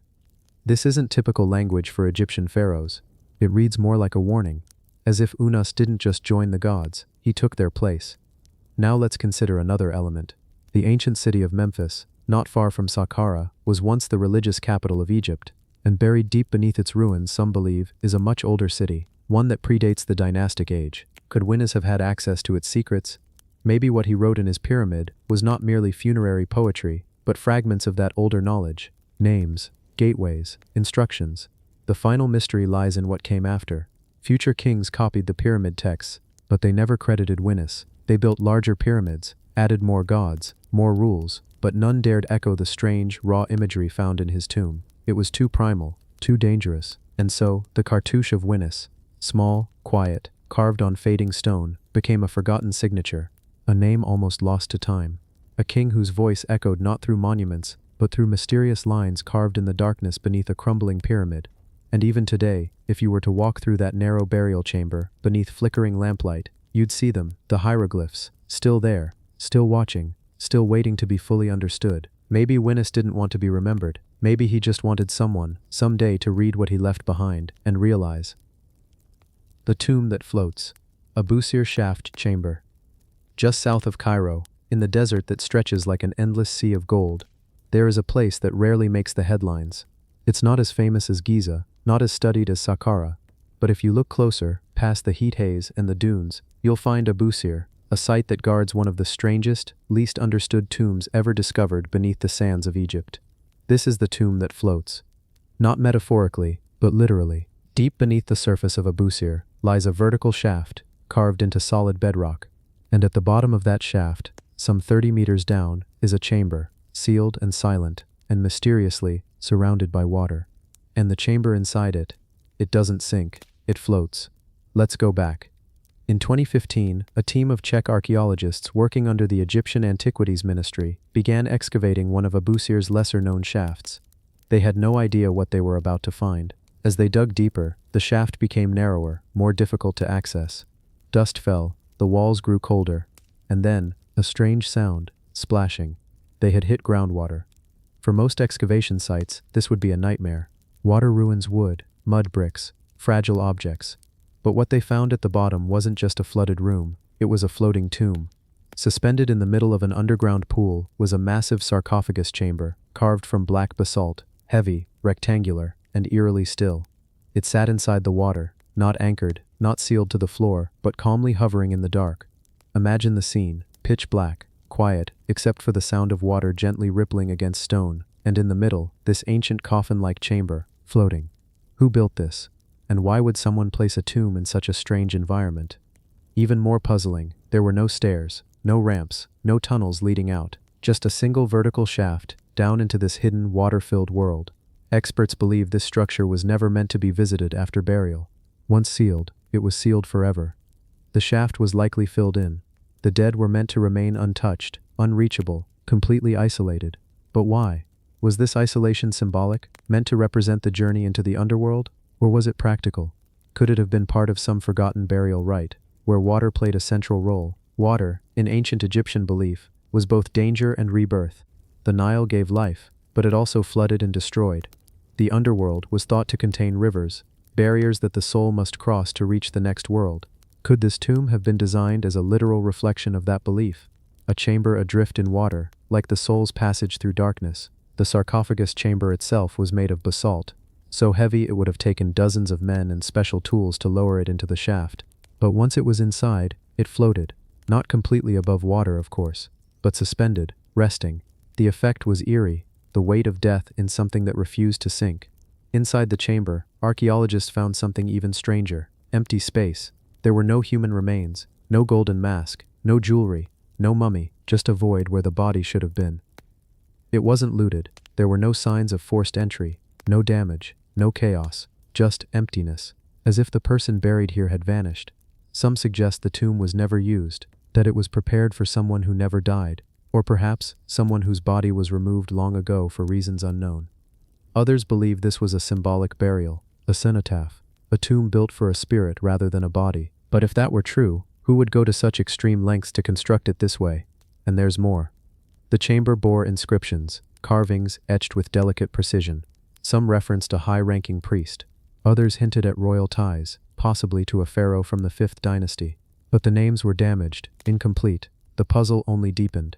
Even today, the shaft is difficult to access. You descend by rope or a steel ladder, entering a humid, claustrophobic tunnel. The air grows still. You hear dripping. You feel the temperature drop. And when you reach the water's edge, it reflects your light like a mirror, undisturbed. At the center, the floating tomb remains, unchanged, unmoved. Some call it an engineering marvel, others call it a ritual site, and a few believe it was a trap, a spiritual decoy to mislead intruders, grave robbers, or even spirits. Because in ancient Egypt, the tomb wasn't just a resting place, it was a gateway, a machine for resurrection, a portal between this world and the next. And this tomb, the tomb that floats, may have been designed to keep that gateway hidden, underwater, away from the sun, from the living, from memory itself. We may never know who was meant to be buried here. We may never find the body, but the fact that it was made at all, that so much effort, labor, and secrecy went into building it, tells us one thing. Someone wanted this soul to be alone, to drift in silence, to never be found. And so the tomb waits, half in water, half in mystery. The shaft above it, narrow and dark, the desert wind howling far overhead. And beneath it all, floating quietly, the sarcophagus of someone who never came back. The red skeletons of Sipan. In the parched deserts of northern Peru lies a place that few outside the archaeological world had heard of until a single accidental discovery rewrote our understanding of ancient South American civilizations. This story doesn't begin with a grand expedition or a team of scholars. It begins with looters, working in the shadows of the night, chipping away at the earth of a forgotten burial mound. What they uncovered wasn't gold at first. It wasn't even a structure. It was bones. Bones deep red in color, not stained by decay or environment, but coated with something deliberate, ritualistic. These remains belonged to an elite figure now called the Lord of Sipan, a warrior priest king whose tomb would be considered one of the richest ever found in the Western Hemisphere. The Sipan tomb was buried beneath layers of adobe brick, built over and hidden intentionally for generations. When Peruvian authorities finally intervened after reports of illegal digging, archaeologists were allowed in. What they found was not just one burial, but an entire elite necropolis, undisturbed for over 1,700 years. That in itself is a rare treasure. Inside the burial chamber, there was gold, everywhere. Necklaces made from gold and turquoise, ear spools the size of your palm, and an ornate pectoral shield that shimmered with seashells, metals, and semi-precious stones. But beyond the artifacts was something even more revealing. The way these items were placed, the way the body was arranged, and the inclusion of others, sacrificially buried around him. There were guardians placed at the chamber's entrance. A young man, possibly a warrior, with his feet severed, presumably to prevent him from leaving his eternal post. There was a woman at the Lord's side, likely a wife or consort, and 2 other men, perhaps priests or servants, who had also been ritually buried. None of this was done randomly. Every object, every position in that burial chamber seemed calculated. The red hue of the bones, the very thing that startled looters into alerting the black market, was no accident either. Researchers believe this was due to cinnabar, a mercury-based pigment used in rituals by several pre-Columbian cultures. Covering the bones with cinnabar may have been a way to prepare the Lord of Sipan for the journey into the afterlife, a protective measure steeped in layers of spiritual meaning. But here's what makes Sipan even more mysterious. The Moche civilization to which the Lord belonged left behind no written language. Everything we know about them is through their pottery, their art, and now, their tombs. And those artifacts tell a story that's equal parts beautiful and brutal. On the ceramic vessels found in the tomb, we see scenes of warriors in ceremonial battle, prisoners being sacrificed, and deities both human and animal. We see symbols repeated across time: octopuses, crabs, felines, and serpents, all possibly connected to their mythology. The Moche understood nature, power and death in ways that still elude modern historians. They built pyramids from mud brick and engineered complex irrigation systems in an arid environment, and yet their greatest ruler, Lord of Sipan, was hidden away until our time, protected by layers of secrecy. As archaeologists excavated deeper, they realized they weren't just exploring a single tomb. Sipan was part of a vast ceremonial complex, with temples, plazas, and dozens more burials, many of which contained similar offerings, albeit smaller. The Lord's tomb, however, remained unmatched in its richness. One of the strangest things found in the tomb, a gold and silver peanut necklace. It sounds simple, almost playful, but each peanut was carefully crafted, alternating between gold and silver, possibly representing duality, the sun and moon, male and female, life and death. These small details, so symbolic, so intentional, suggest a society deeply philosophical in its beliefs, though they left behind no texts to explain them. Despite decades of study, we still don't know the Lord's real name. We don't know how he came to power, or what myths surrounded him. All we have are his bones, his treasures, and the careful construction of his eternal home. But somehow, that's enough to feel his presence. His authority lingers. You can almost hear the distant chants of a funeral procession, the steady drumbeats fading into desert wind. And the deeper we go, the more questions arise. Why so many sacrifices? Why so much wealth buried with a single man? Were these kings seen as gods? Were they feared or adored? Even now, every excavation at Sipan offers more layers, not just in the literal earth, but in the human story behind it. There are still unexcavated tombs nearby, more red skeletons, more pieces of a puzzle that may never be complete. But one thing is clear, the Moche didn't build for the sake of beauty.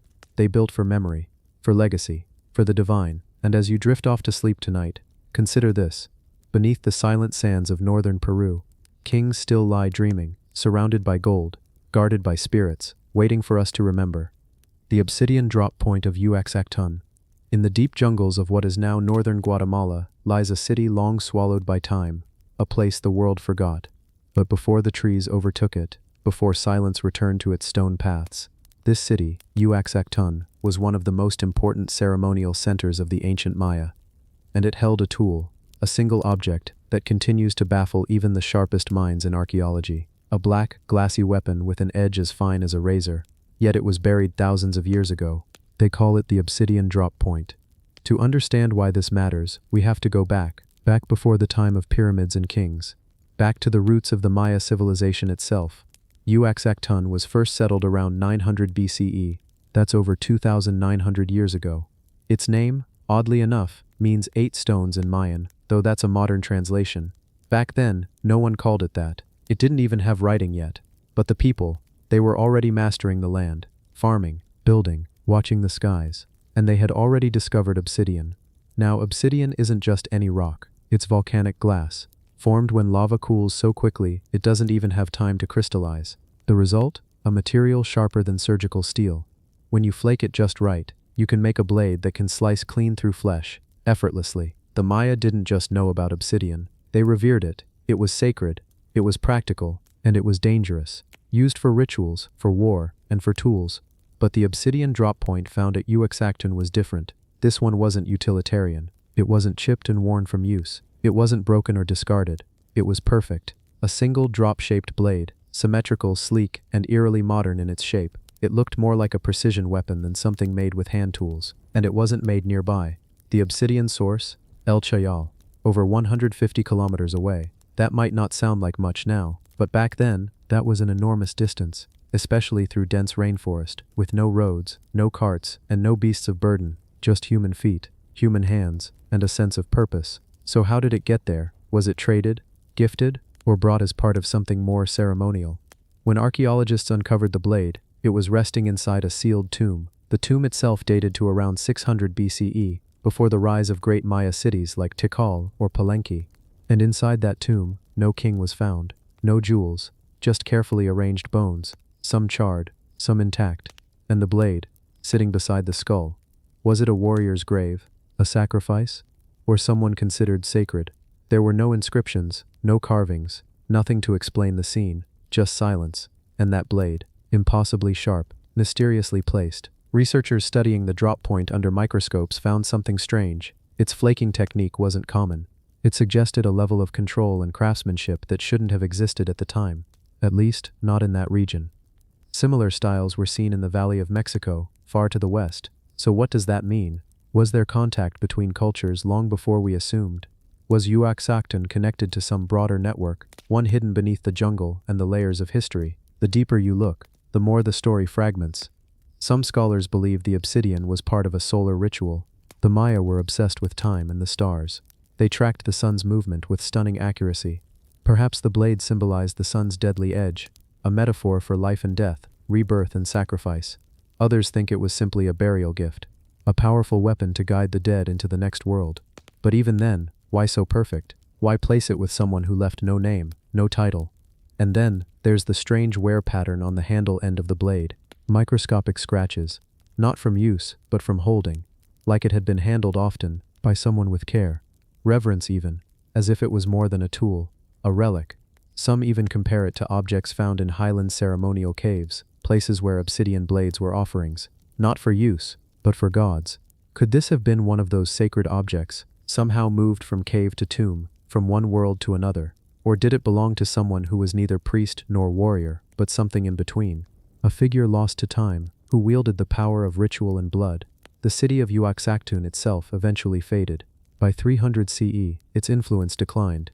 The jungle moved in, the temples crumbled, people moved on, and the obsidian blade stayed buried for another 1500 years, until archaeologists opened that tomb. Even then, they didn't understand what they were seeing. Photos of the blade circulated in academic circles, but it didn't become famous. It wasn't gold. It didn't shine in museums. It wasn't flashy. But to those who understand what it represents, it's one of the most compelling mysteries of ancient Mesoamerica. A single, flawless artifact, in the middle of a forgotten tomb, with no clear origin, no explanation, and no modern parallel. Could it be that we still underestimate the Maya, that even in their earliest days, they possessed a kind of mastery we've yet to fully grasp?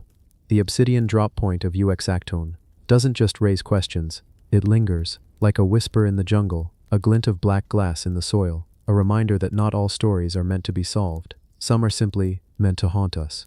And maybe that's the point. The magnetic statue of Shahi Sukte. Shahi Sukte, translated as the Burnt City, rests in the southeastern desert of Iran, where dry winds comb the ruins and silence drapes the remains of a world forgotten.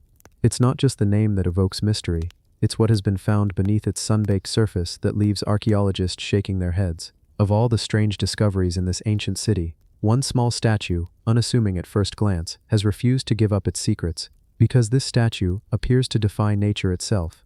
It begins like many stories in archaeology, with a brush, a few layers of dirt, and the pulse of curiosity. But here, in the rubble of a city over 5,000 years old, the item uncovered was more than just a piece of the past. It was a contradiction, a statue, carved from stone, but with strange magnetic properties. It wasn't made of metal, yet parts of it seemed to pull certain minerals toward it. Some tools were nudged subtly off their trajectory when passed nearby. Compasses spun slowly when held too close. It was enough to make even the most skeptical researcher pause. The artifact itself isn't grand in size, it's modest, human-shaped, in a crude and stylized way. It lacks fine detail, yet carries an expression, blank, maybe, but eerily deliberate. The head is slightly tilted, the arms cross the torso, the body is symmetrical, and the legs end in a broad pedestal. It's carved from a dark, igneous stone native to the region, but inside it, something was different. When scanned, the statue appeared to contain pockets of high-density mineral clusters. Some have speculated these could be lodestone, naturally magnetic rock, yet others believe it's something else entirely, something engineered. But who would have placed magnetically sensitive materials inside a statue more than 5,000 years ago? And why? To answer that, we have to look at the context, the city itself. Shahi Sukte wasn't just another ancient settlement. It was a sprawling, organized metropolis for its time. Wide roads, multi-story homes, a sewage system far ahead of its era. Even evidence of brain surgery. Yes, actual cranial procedures performed with astonishing skill. This wasn't a village of simple farmers. This was a civilization of engineers, artisans, and thinkers. So it's not hard to believe that they might have experimented with minerals, magnetism, and energy in ways we don't fully understand. Some researchers have considered the possibility that the magnetic statue was a form of early compass, or at least a spiritual version of one. After all, magnetism was seen as a force of the divine in many ancient cultures. Some believed certain stones could align human energy or direct a soul. Was this statue created to serve a ritualistic purpose, to align with stars, seasons, or perhaps even to detect unseen forces? Others propose a more speculative theory, that the statue wasn't meant for humans at all, that it was designed to interact with objects or technologies long gone, perhaps part of a forgotten mechanism, a symbolic control node, or a kind of offering to a force that demanded more than just prayer. There's no proof of that, but in the absence of answers, imagination tends to rush in. The most curious thing, though, is how it was found, intact, alone, and buried intentionally beneath a layer of clay, as if hidden, not discarded, not broken, but deliberately sealed away. Why? What power did it once hold that led someone to bury it? Shari Sukta is a city of strange absences. We don't know why it burned, we don't know why it was abandoned, and we don't know why some of the tools and materials found there are more advanced than anything expected for the time. Among the items discovered are what may be the world's oldest artificial eye, crafted from bitumen and gold wire, and a game board, intricately carved, hinting at complex strategy games. The people here lived with both sophistication and mystery, and the magnetic statue sits right at the edge of both. There's one more detail. Local legends, though faded, do speak of the man of stone who could speak to the ground, a being or artifact used by ancient priests to read the future or sense distant storms. It's hard to trace such stories to real events, but oral history has a strange way of preserving truths hidden beneath metaphor. Could the magnetic properties of the statue have been interpreted as a form of prophecy, a divine reaction? When your world is surrounded by sandstorms, earthquakes, and the unknown, the slightest movement in a rock might have meant everything. Modern scientists have run tests. They've measured the statue's pull, its resonance, its density, but nothing fully explains the anomaly. No wiring, no obvious lodestone core, and yet, the effect remains. Perhaps the greatest mystery isn't in what the statue does, but in what it represents. A civilization that experimented, that pushed against the boundaries of known materials, that left behind clues too subtle for a modern world used to answers. And in the heat-cracked soil of Iran, in a ruined city too advanced for its time, a small magnetic statue rests. Still, silent, waiting, not for attention, but maybe for understanding. The Hanaiwa Watchers of Gunma. There is a quiet place in the mountains of Japan where watchers stand. Not men, not beasts, not gods. They don't move. They've never moved. But they've been watching for over 1,000 years. They are the Hanaiwa. Clay figures, silent, strange, emotionless, lined up like sentries. Some wear armor. Some have wide, hollow eyes. Some resemble horses. Others look almost human, yet not quite. And they're not alone. They're found across Japan. But the ones in Gunma Prefecture carry a special kind of weight, a stillness that feels older than time. To most people today, they're little more than archaeological curiosities, museum pieces. But what if I told you that these hollow-eyed statues might have once been protectors, not in a myth, not in a fable, but in a very real way, linked to death, to status, to memory, and maybe to something else entirely? The Hanaiwa Watchers might be guarding more than just ancient tombs. Let's start where they were born. Around the 3rd century CE, during Japan's Kofun period, great earthen mounds began to rise across the landscape. They were burial sites for the elite, nobles, warriors, possibly even emperors. The mounds were shaped like keyholes, large and geometric from above, and around them, the Hanaiwa. They weren't buried deep in the soil, they stood tall and visible, at the edge of the mound, facing outward, facing the world. And their job? That's the question. Were they grave markers? Maybe. Were they substitutes for human sacrifices? That's more chilling. But some experts believe these statues weren't just decorative, they were ritual guardians. Watchers in the most literal sense, watching for intruders, watching for spirits, watching for time to pass. The name Hanaiwa means circle of clay, and in Gunma, these circles feel like more than symbolism. You walk among them, and you feel like you're being watched back.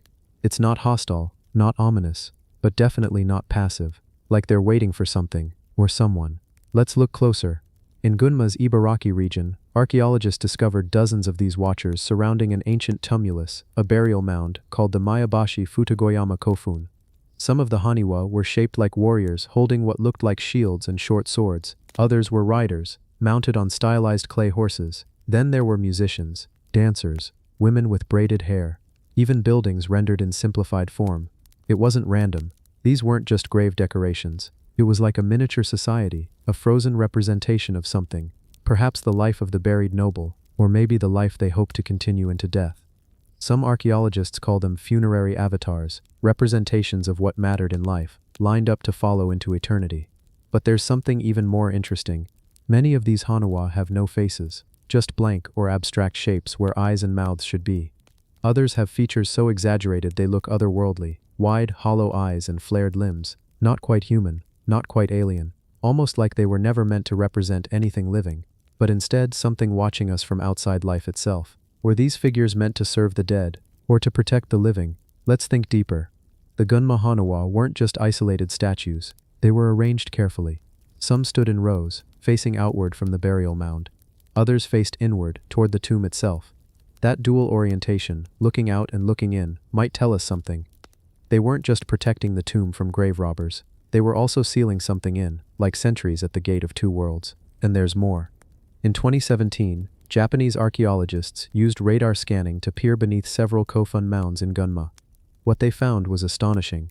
Inside some of these tombs were chambers never opened before, containing funerary goods untouched for over a millennium. Lacquered boxes, bronze mirrors, weaponry, and Hanawa fragments placed deep inside. Why would clay guardians be buried both outside and inside the tomb? The outside ones make sense, watchers, protectors, but inside, who were they watching in the darkness? Here's a thought. In Japanese Shinto belief, the soul doesn't immediately pass on, it lingers, it watches, it can bless or curse, and the boundary between worlds must be managed with care. That's where the Hanawa might come in. They weren't just symbols, they were part of a spiritual technology, an ancient clay-based ritual tool designed to hold space between the dead and the living. In Gunma, that technology is still visible, the watchers still stand.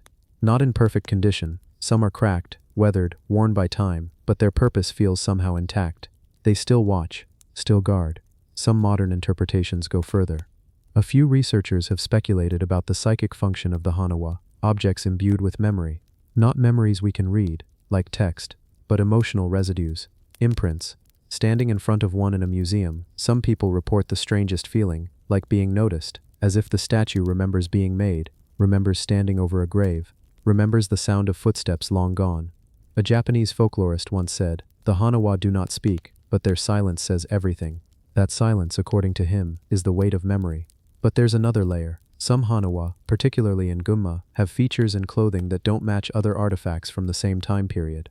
A few wear armor that looks strangely advanced. Others have elongated heads, or proportions that seem stylized beyond artistic norms. A fringe theory, though not widely accepted, suggests these could represent beings from myth, not humans at all but kami, divine spirits made in clay form. And remember this, in ancient Japan, clay wasn't just a material, it was believed to carry spiritual properties. Clay could hold life force. When molded carefully, and placed with intention, it could absorb and store sacred energy. The Watchers of Gunma weren't just sculptures, they were vessels. But of what? Some say memory, others say protection. Others wonder if the statues were meant to contain the souls of those who died too young, too violently, or without proper rites. Imagine this. A child dies before they can speak. A Haniwa is shaped in their image. The family places it by the grave, not to mark their passing, but to give them a body to remain in. A home, a form. It's just speculation, but in places like Gunma, that line between speculation and sacred belief runs very thin. Today, you can visit the Gunma Prefectural Museum of History and see rows of Haniwa displayed with soft lighting and quiet signs. They stand in rows, still watching, still waiting. Not many people linger in that gallery. Most pass through quickly. A few stop to take photos, but if you stand long enough, if you stay very still, you might start to feel something. Not fear, not awe, something older, like you've walked into a place where the past hasn't finished speaking, a place where watchers still watch. And in Gunma, among the trees, among the hills, they still stand, not for us, not even for the dead, but for the silence itself. The inverted ziggurat theory.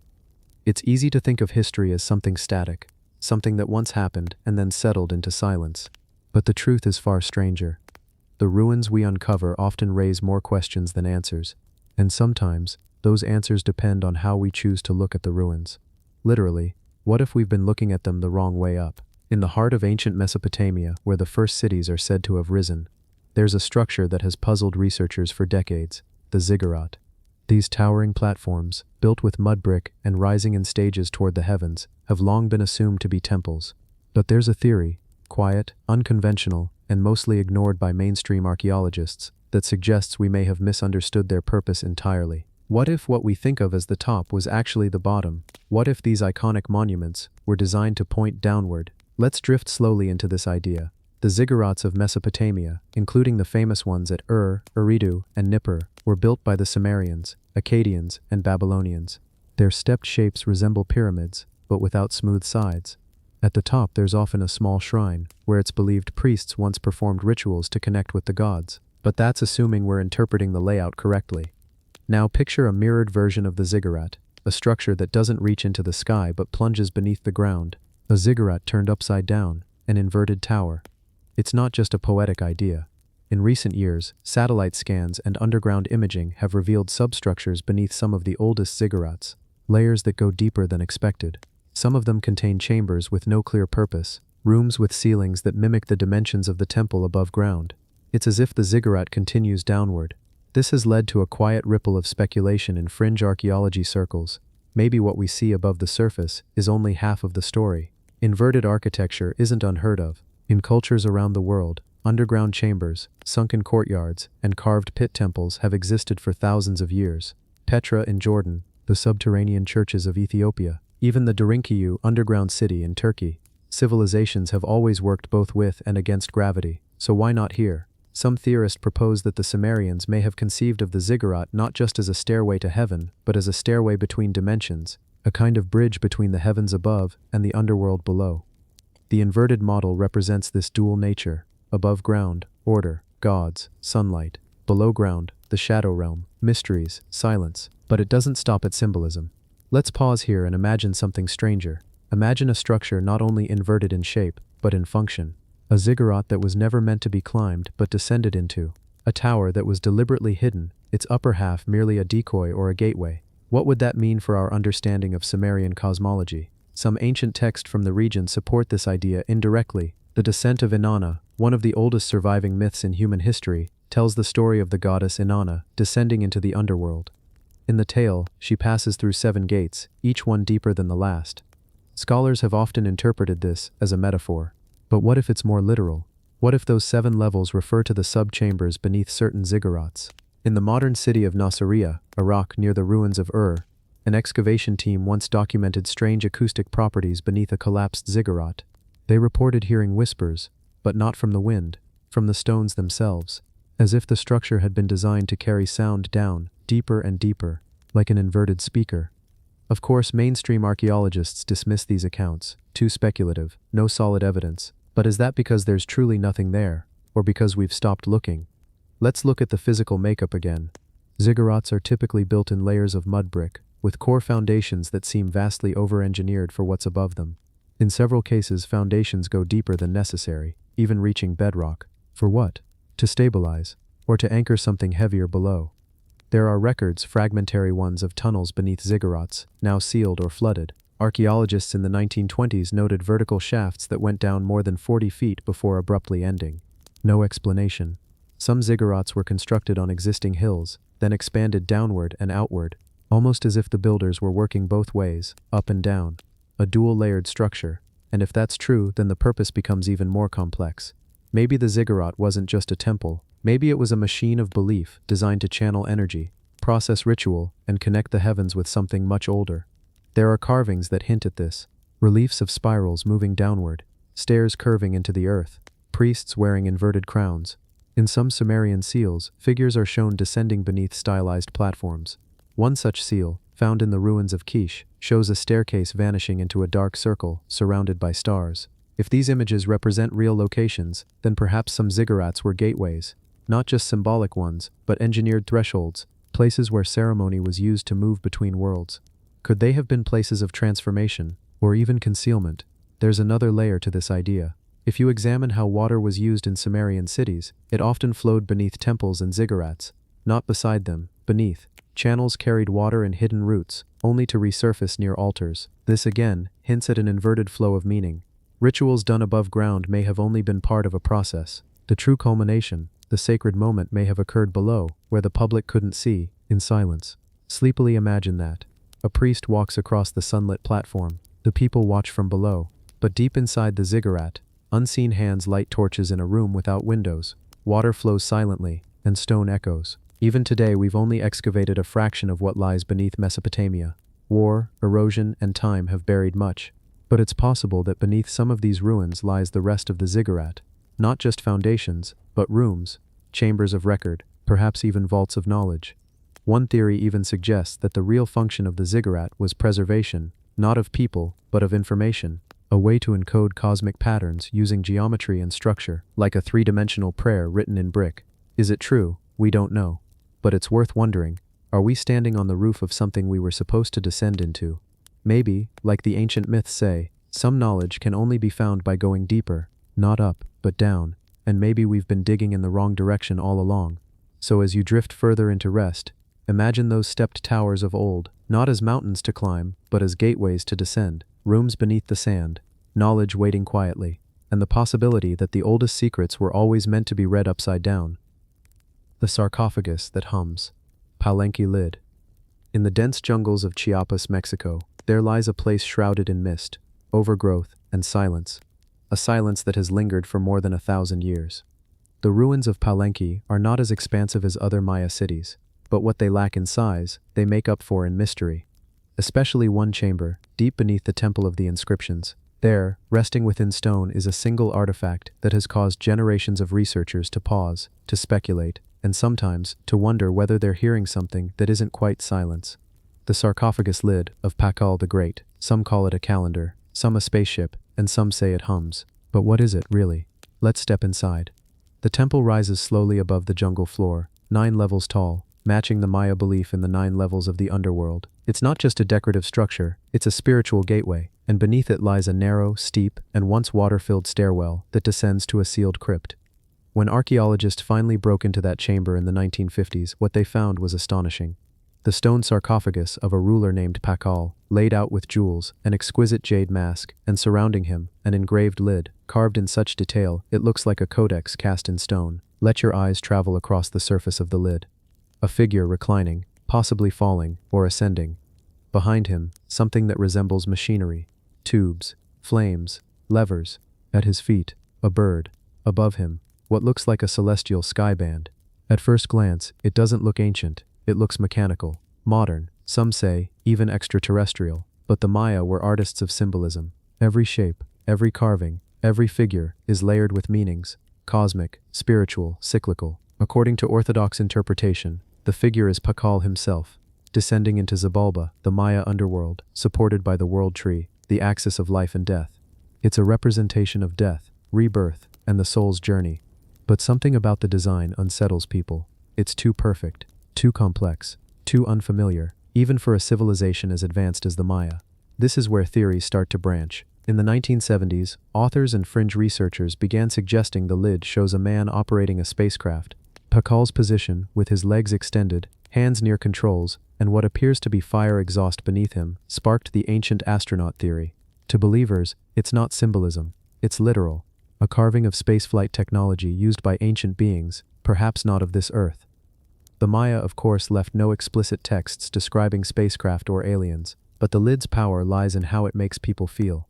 When standing before it, even today, in the cooled, echoing chamber below the Temple of the Inscriptions, there's a strange sense of weight in the air, almost as if something is watching, or humming. Now here's where it gets stranger. Some visitors, and even researchers, have described an odd auditory sensation near the lid. A faint sound, vibration-like, not a real sound, not in the way we hear engines or whispers, more like a pressure in the ears. Some described it as humming, others, like standing near a resonant frequency. No audio recordings ever captured it. Yet it keeps coming up, as if the stone carries more than just imagery. It carries a frequency. Could it be the dimensions of the chamber itself, the proportions of stone, air, and silence, creating natural acoustic resonance? Or is it the human mind, overlaying mystery with imagination? Let's pause here for a moment and sit with that thought. Stone, left untouched for over 1,000 years, doesn't whisper, it doesn't move, but it endures. It holds stories, shapes, impressions of beliefs too vast to translate. Whether you believe the lid is a spiritual map or a lost record of forgotten technology, it's a reminder of something else, of how much we still don't understand. Consider this. The sarcophagus itself wasn't meant to be found. The Maya sealed the staircase leading down into the crypt with slabs of stone and filled it with rubble, as if they wanted Pakal's resting place never to be disturbed. as if they knew that once uncovered, the questions would begin, and maybe never end. Even the jade mask placed on Pakal's face wasn't just ornament. Jade, in Maya culture, represented breath, life, and soul. When the body decomposed, the mask remained, carrying the identity forward into the afterlife. Combined with the lid, the mask, and the temple, it forms a kind of machine itself, a spiritual device built from stone and ritual. Some researchers point to the alignment of the temple with celestial bodies. The Maya were master astronomers. The temple's inscriptions, hence the name, are full of dates stretching far into the past and future. Events thousands of years before Pakal's time, as if the Maya saw themselves as part of a larger cosmic rhythm, not just one civilization, but one note in an eternal song. Maybe the hum people hear is the echo of that rhythm. That's why this artifact stands apart, not just for its complexity, but for the emotions it stirs. Awe, curiosity, disquiet. It's not just a lid to a tomb, it's a lid to meaning. And the more you stare at it, the less you feel certain. Is this the story of one man's death, or the evidence of something we've forgotten? Something buried not just under stone but under assumptions. In the soft glow of preservation lights in that underground chamber, surrounded by air that hasn't moved in centuries, the stone lid rests silently. Yet even in silence, it speaks, in a language older than memory. And maybe, just maybe, that's what people are hearing. The Pyramid That Weeps. Acámbaro Clay Collection. In the quiet town of Acámbaro, in central Mexico, there lies a story that doesn't quite belong to any textbook. The year was 1944. A man named Waldemar Julsrud, a German-Mexican hardware merchant, was out riding his horse near the base of a small hill called El Toro. He was not an archaeologist, nor a historian. But that day, as his horse clattered across the dust-covered ground, something caught his eye. A strange object was sticking out of the dirt, partially buried, half concealed, like a secret waiting to be remembered. He dismounted, brushed away the soil, and pulled it free. It was a small ceramic figurine. Odd in form, the craftsmanship seemed ancient, yet what it depicted didn't make sense. It looked like a creature, but not one you'd associate with pre-Columbian art. It had a long tail, a reptilian face, and something about it felt almost prehistoric.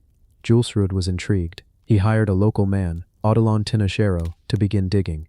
Day after day, Tinajero unearthed more figurines, and then more. Dozens turned to hundreds, and then to thousands, all from roughly the same area, each of them buried only a few feet beneath the surface, all seemingly undisturbed, all in a similar condition, all crafted in clay. But it wasn't just the quantity that stirred confusion, it was the content. Among the statues were figures that looked like dinosaurs, not lizards, not abstract interpretations, actual dinosaurs, or at least what modern people imagine dinosaurs to look like. Sauropods, triceratops-like creatures, theropods. There were also human figures, some interacting with the animals, riding them, fighting them, even domesticating them. This didn't make sense.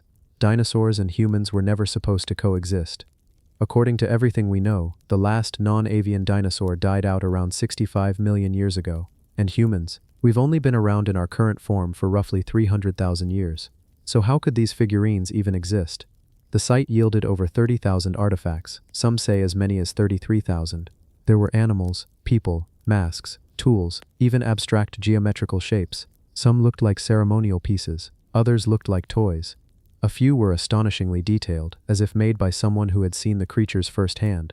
Archaeologists were cautious. They didn't know what to make of the findings. Some ignored them, others dismissed them outright, and a few, the bold or the curious, went to see for themselves. One of the earliest to investigate was Charles Hapgood, a professor of history who had written extensively about ancient civilizations. He visited Acámbaro, inspected the collection, and even conducted thermoluminescence dating tests. The results were controversial. Some came back suggesting the pieces were over 4,000 years old. Others suggested more recent dates. Critics claimed the tests were flawed or compromised by contamination. But the bigger question remained, why would anyone, whether ancient or modern, create so many figurines with such strange details? There are a few theories. Some believe it was an elaborate hoax, that local workers made the artifacts themselves, then buried them in order to be discovered later for money. But there's a problem with that. The sheer volume of figurines is staggering, making even a few thousand ceramic pieces by hand, aging them convincingly, and burying them without detection would take an extraordinary effort. Years, possibly decades. All for what? And then there's the artistic consistency. Many of the pieces show styles not commonly found in known Mesoamerican cultures. They're unlike Olmec, Aztec, or Maya art. Their proportions, postures, and textures are different. Not primitive, just unclassified. Could it be that the artists were working from something they believed to be real? Oral history, perhaps. Myth passed down over countless generations. Or, as some alternative historians have proposed, an even older forgotten civilization. There's a local legend in the Akambaro region about a great pyramid that weeps. Not weeps like a crying person, but weeps in the way that stone sometimes leaks. A structure hidden beneath the earth, older than anything nearby, locked away by time and sediment. It was said to hold memory, not gold, not jewels, but memory, preserved in the form of shaped clay. If that's true, it might explain why so many of the figurines were concentrated in that one area. There are no confirmed signs of such a pyramid, no visible remains, no satellite signatures that confirm its presence. But stories persist. Locals still speak of the pyramid beneath the hill, a place that should never be disturbed. In 1952, the National Institute of Anthropology and History INAE in Mexico investigated the site briefly, but they dismissed it quickly, citing a lack of proper excavation methods and the suspicious nature of the finds.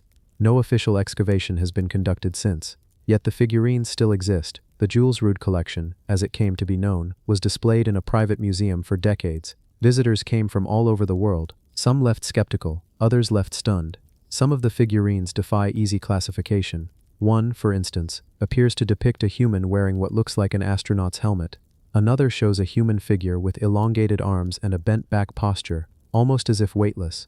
Are these depictions symbolic, ritualistic, or representational? What do they really mean? Are they simply the work of imaginative hands? Children's toys? Ceremonial relics for gods we've never named? Or are they fragments of a history that we haven't yet discovered? The Akambaro figurines remain in limbo, caught between skepticism and wonder. Museums rarely acknowledge them. Academics stay away, but in the silence, the mystery grows. In the soft hours of the night, as the desert air cools and the wind drifts through the low hills of El Toro, it's said that you can still hear faint echoes, not voices, not words, but a kind of whisper, the kind that happens when history wants to speak, but no one is listening. It's not just about dinosaurs or lost civilizations, it's about what we choose to believe, about the stories we accept and the ones we bury, and sometimes, it's the buried stories that are closest to the truth. The ashes of Tel Brak. In the far reaches of northeastern Syria, not far from the border with Iraq, lie the remnants of one of the oldest urban centers ever discovered. Tel Brak, an immense mound of compacted earth and ruined stone, stands silent in the desert. But if you were to peel back the dry, dusty layers of earth and time, you'd find stories etched in ash, stone, and clay, stories that stretch back over 6,000 years. These are not the tales of emperors and kings, but of something stranger, because deep within the city's ruins lies a structure that doesn't quite make sense, a building unlike any other found from this time. They call it the Eye Temple. The Eye Temple didn't get its name from anything poetic, it's quite literal.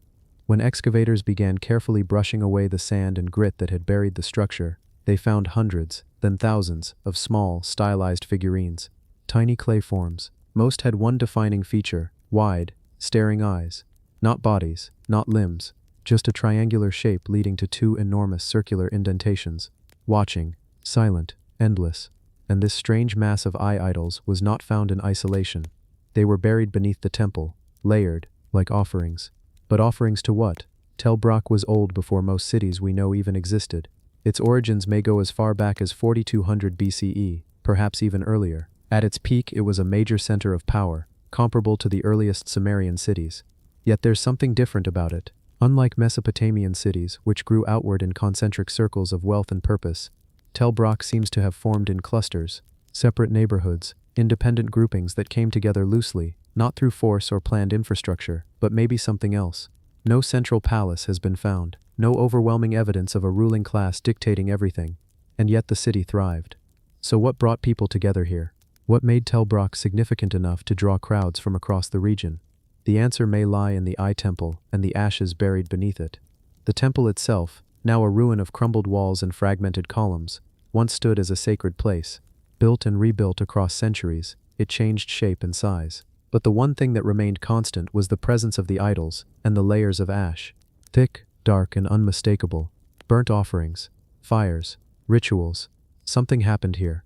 Not once, but repeatedly. When researchers examined the ashes more closely, they found remains of bones, animal and human, scattered, burned, sometimes incomplete. The temple wasn't just a place of worship, It was a site of transformation, maybe even fear. What god or force were these people worshipping? The eyes may offer a clue.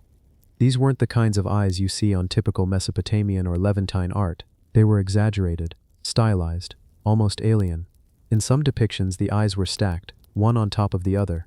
Some figurines had 3 or 4 sets, always staring forward, unblinking, detached.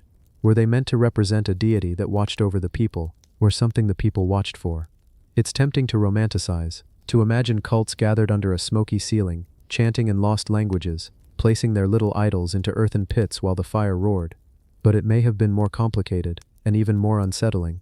Some theories suggest that the eye temple was connected to an early form of centralized ideology, that these offerings weren't just spiritual, but political, that the temple may have represented a shared belief system that united different groups without a single ruler, a god not of power, but of observation. You were watched, you were seen, and in being seen, you behaved. That would make the eye temple one of the earliest examples of belief used to control, not through violence or wealth, but through shared fear or reverence. But it doesn't stop there. In later phases of the temple, more and more figurines were buried. Some were intentionally broken before being placed in the ground. Others were layered alongside beads, blades, and charred remains of food. And beneath it all, ashes. Layer upon layer. A record not of history, but of something else. An obsession, maybe even a panic. And then one day, they stopped. The temple was sealed. The city began to shrink. The power that Tel Brak once held dissolved. And the eyes, they were left behind. Hundreds of them silent and staring from beneath the earth.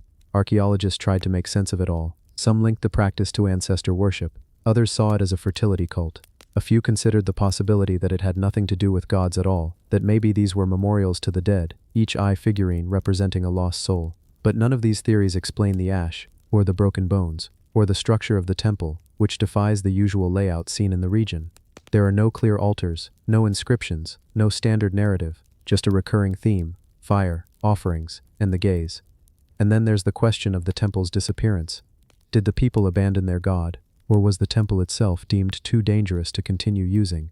Some fragments found near the upper layers show signs of abrupt destruction, tools left behind, figurines discarded, unfinished, as if something happened, something sudden, and now, all that remains are ruins, ruins beneath sand and sky, where wind whistles through broken walls and nothing stares back, except the eyes that were buried there.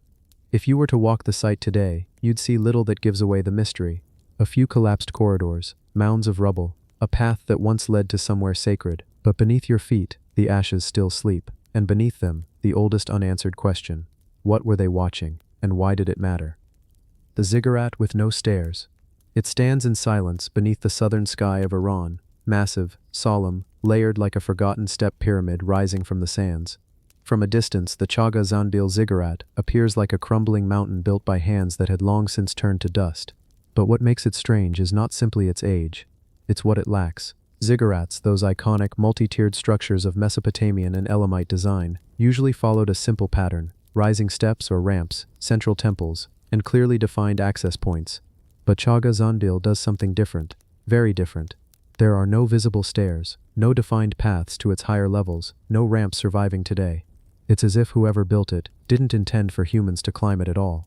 Or maybe they did, just not in the way we would expect. This ancient marvel, estimated to have been constructed around 1250 BCE, was built by the Elamite king Untash-Nepirisha, and what he left behind is more than just a grand monument.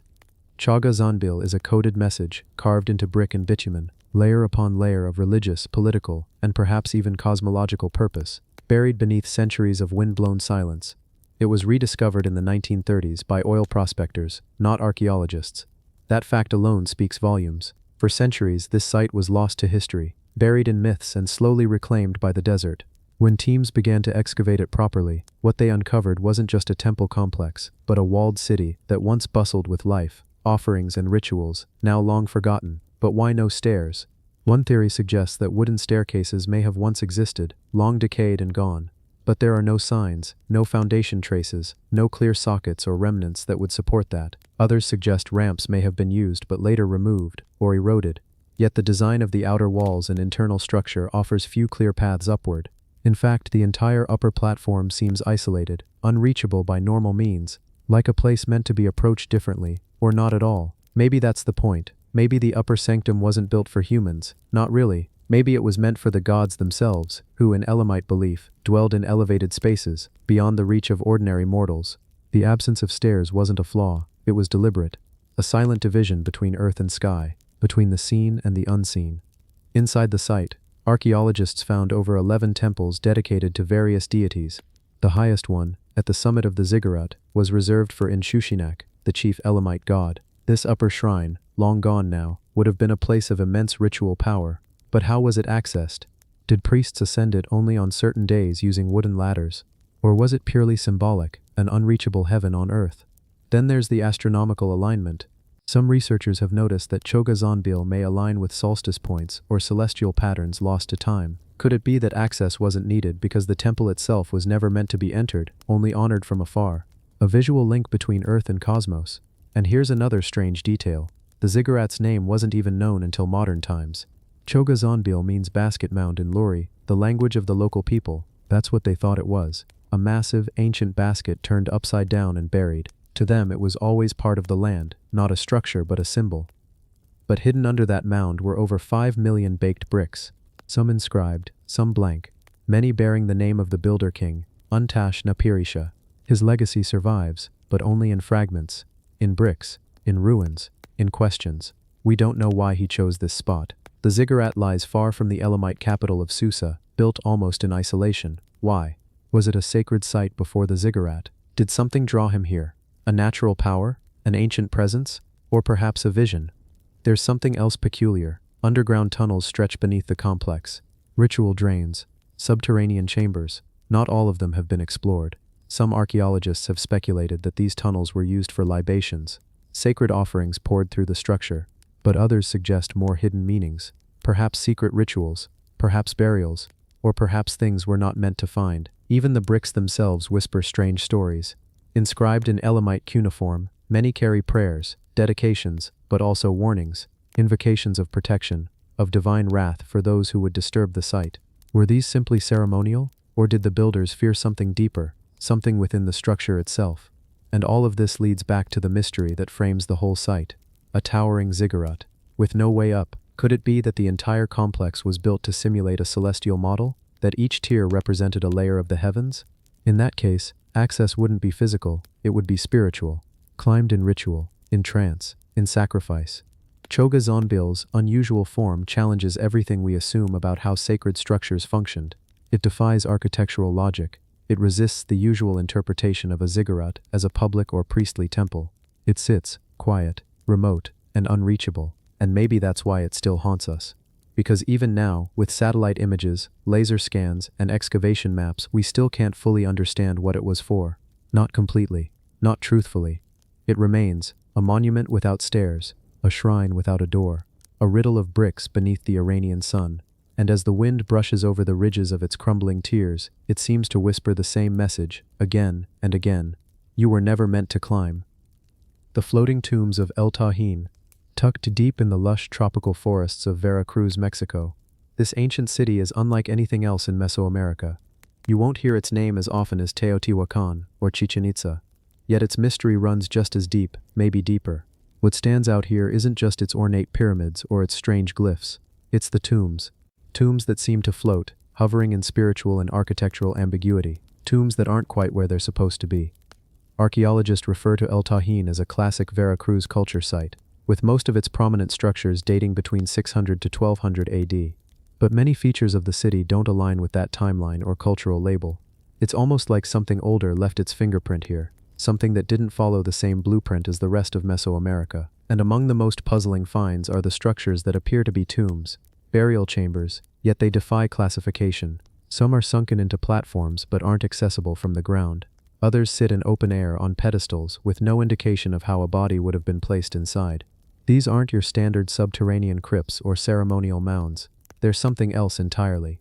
They seem to hover between earth and sky. Take the Pyramid of the Niches. At first glance, it's a 6-tiered step pyramid like many others, but it contains 365 precisely carved niches, one for each day of the year. That much has been established. But what hasn't been explained is what was placed in these niches.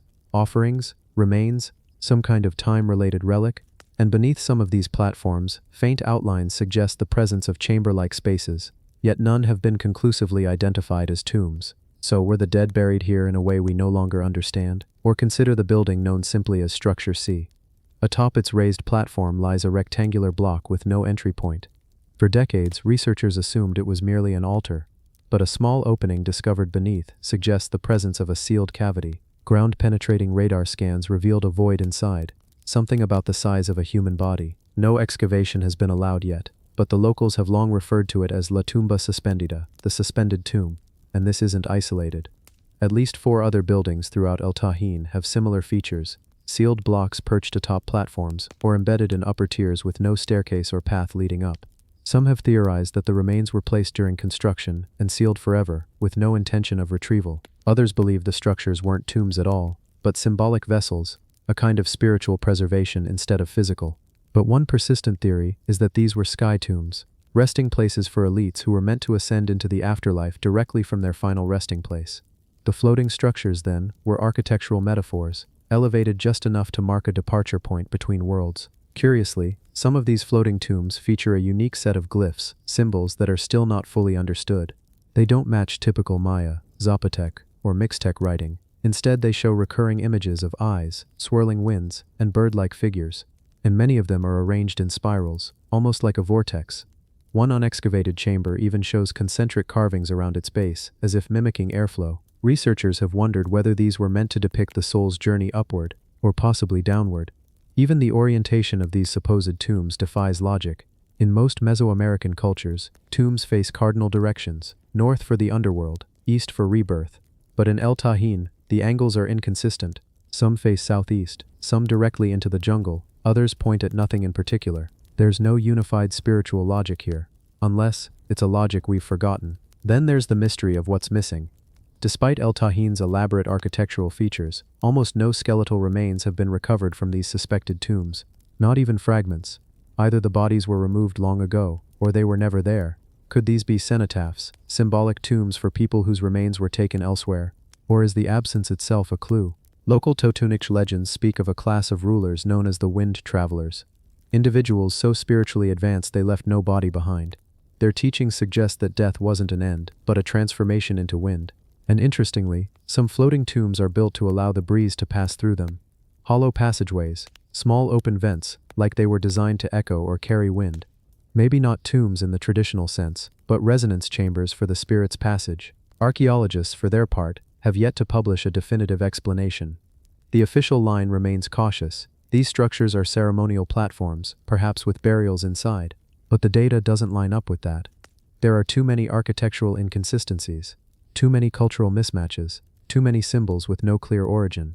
The deeper you look into El Tahin, the more it refuses to fit the mold, and the deeper you descend into its secrets, the more you get the sense that something is deliberately being kept just out of reach, floating above our understanding. Some suggest that the floating tomb design was part of a broader spiritual model we've lost, that ancient Mesoamerican societies may have believed that death required elevation, literally lifting the soul toward some astral threshold, that the platforms were ladders in disguise, stepping stones for spirits instead of humans. It would explain why these structures were built with such reverence, but without practical accessibility, why they carry carvings that no one understands, why they seem untouched by decay. Some of these blocks haven't eroded in over 1,000 years, almost as if protected, sealed by intention. One researcher who has studied El Tahin for over 20 years says he still gets the same feeling every time he enters the site, like he's walking into a story where the last few pages have been torn out, that everything there is a sentence that starts but doesn't finish. The tombs that hover, the symbols that spiral, the wind that never stops blowing through the jungle trees. It all hints at a belief system, a view of life and death that we no longer remember. And maybe that was the point. Maybe El Tahin isn't a city you're supposed to solve. Maybe it's a riddle you're meant to feel. After all, tombs don't always have to hold bodies. Sometimes they hold questions, and sometimes those questions never settle. They just float.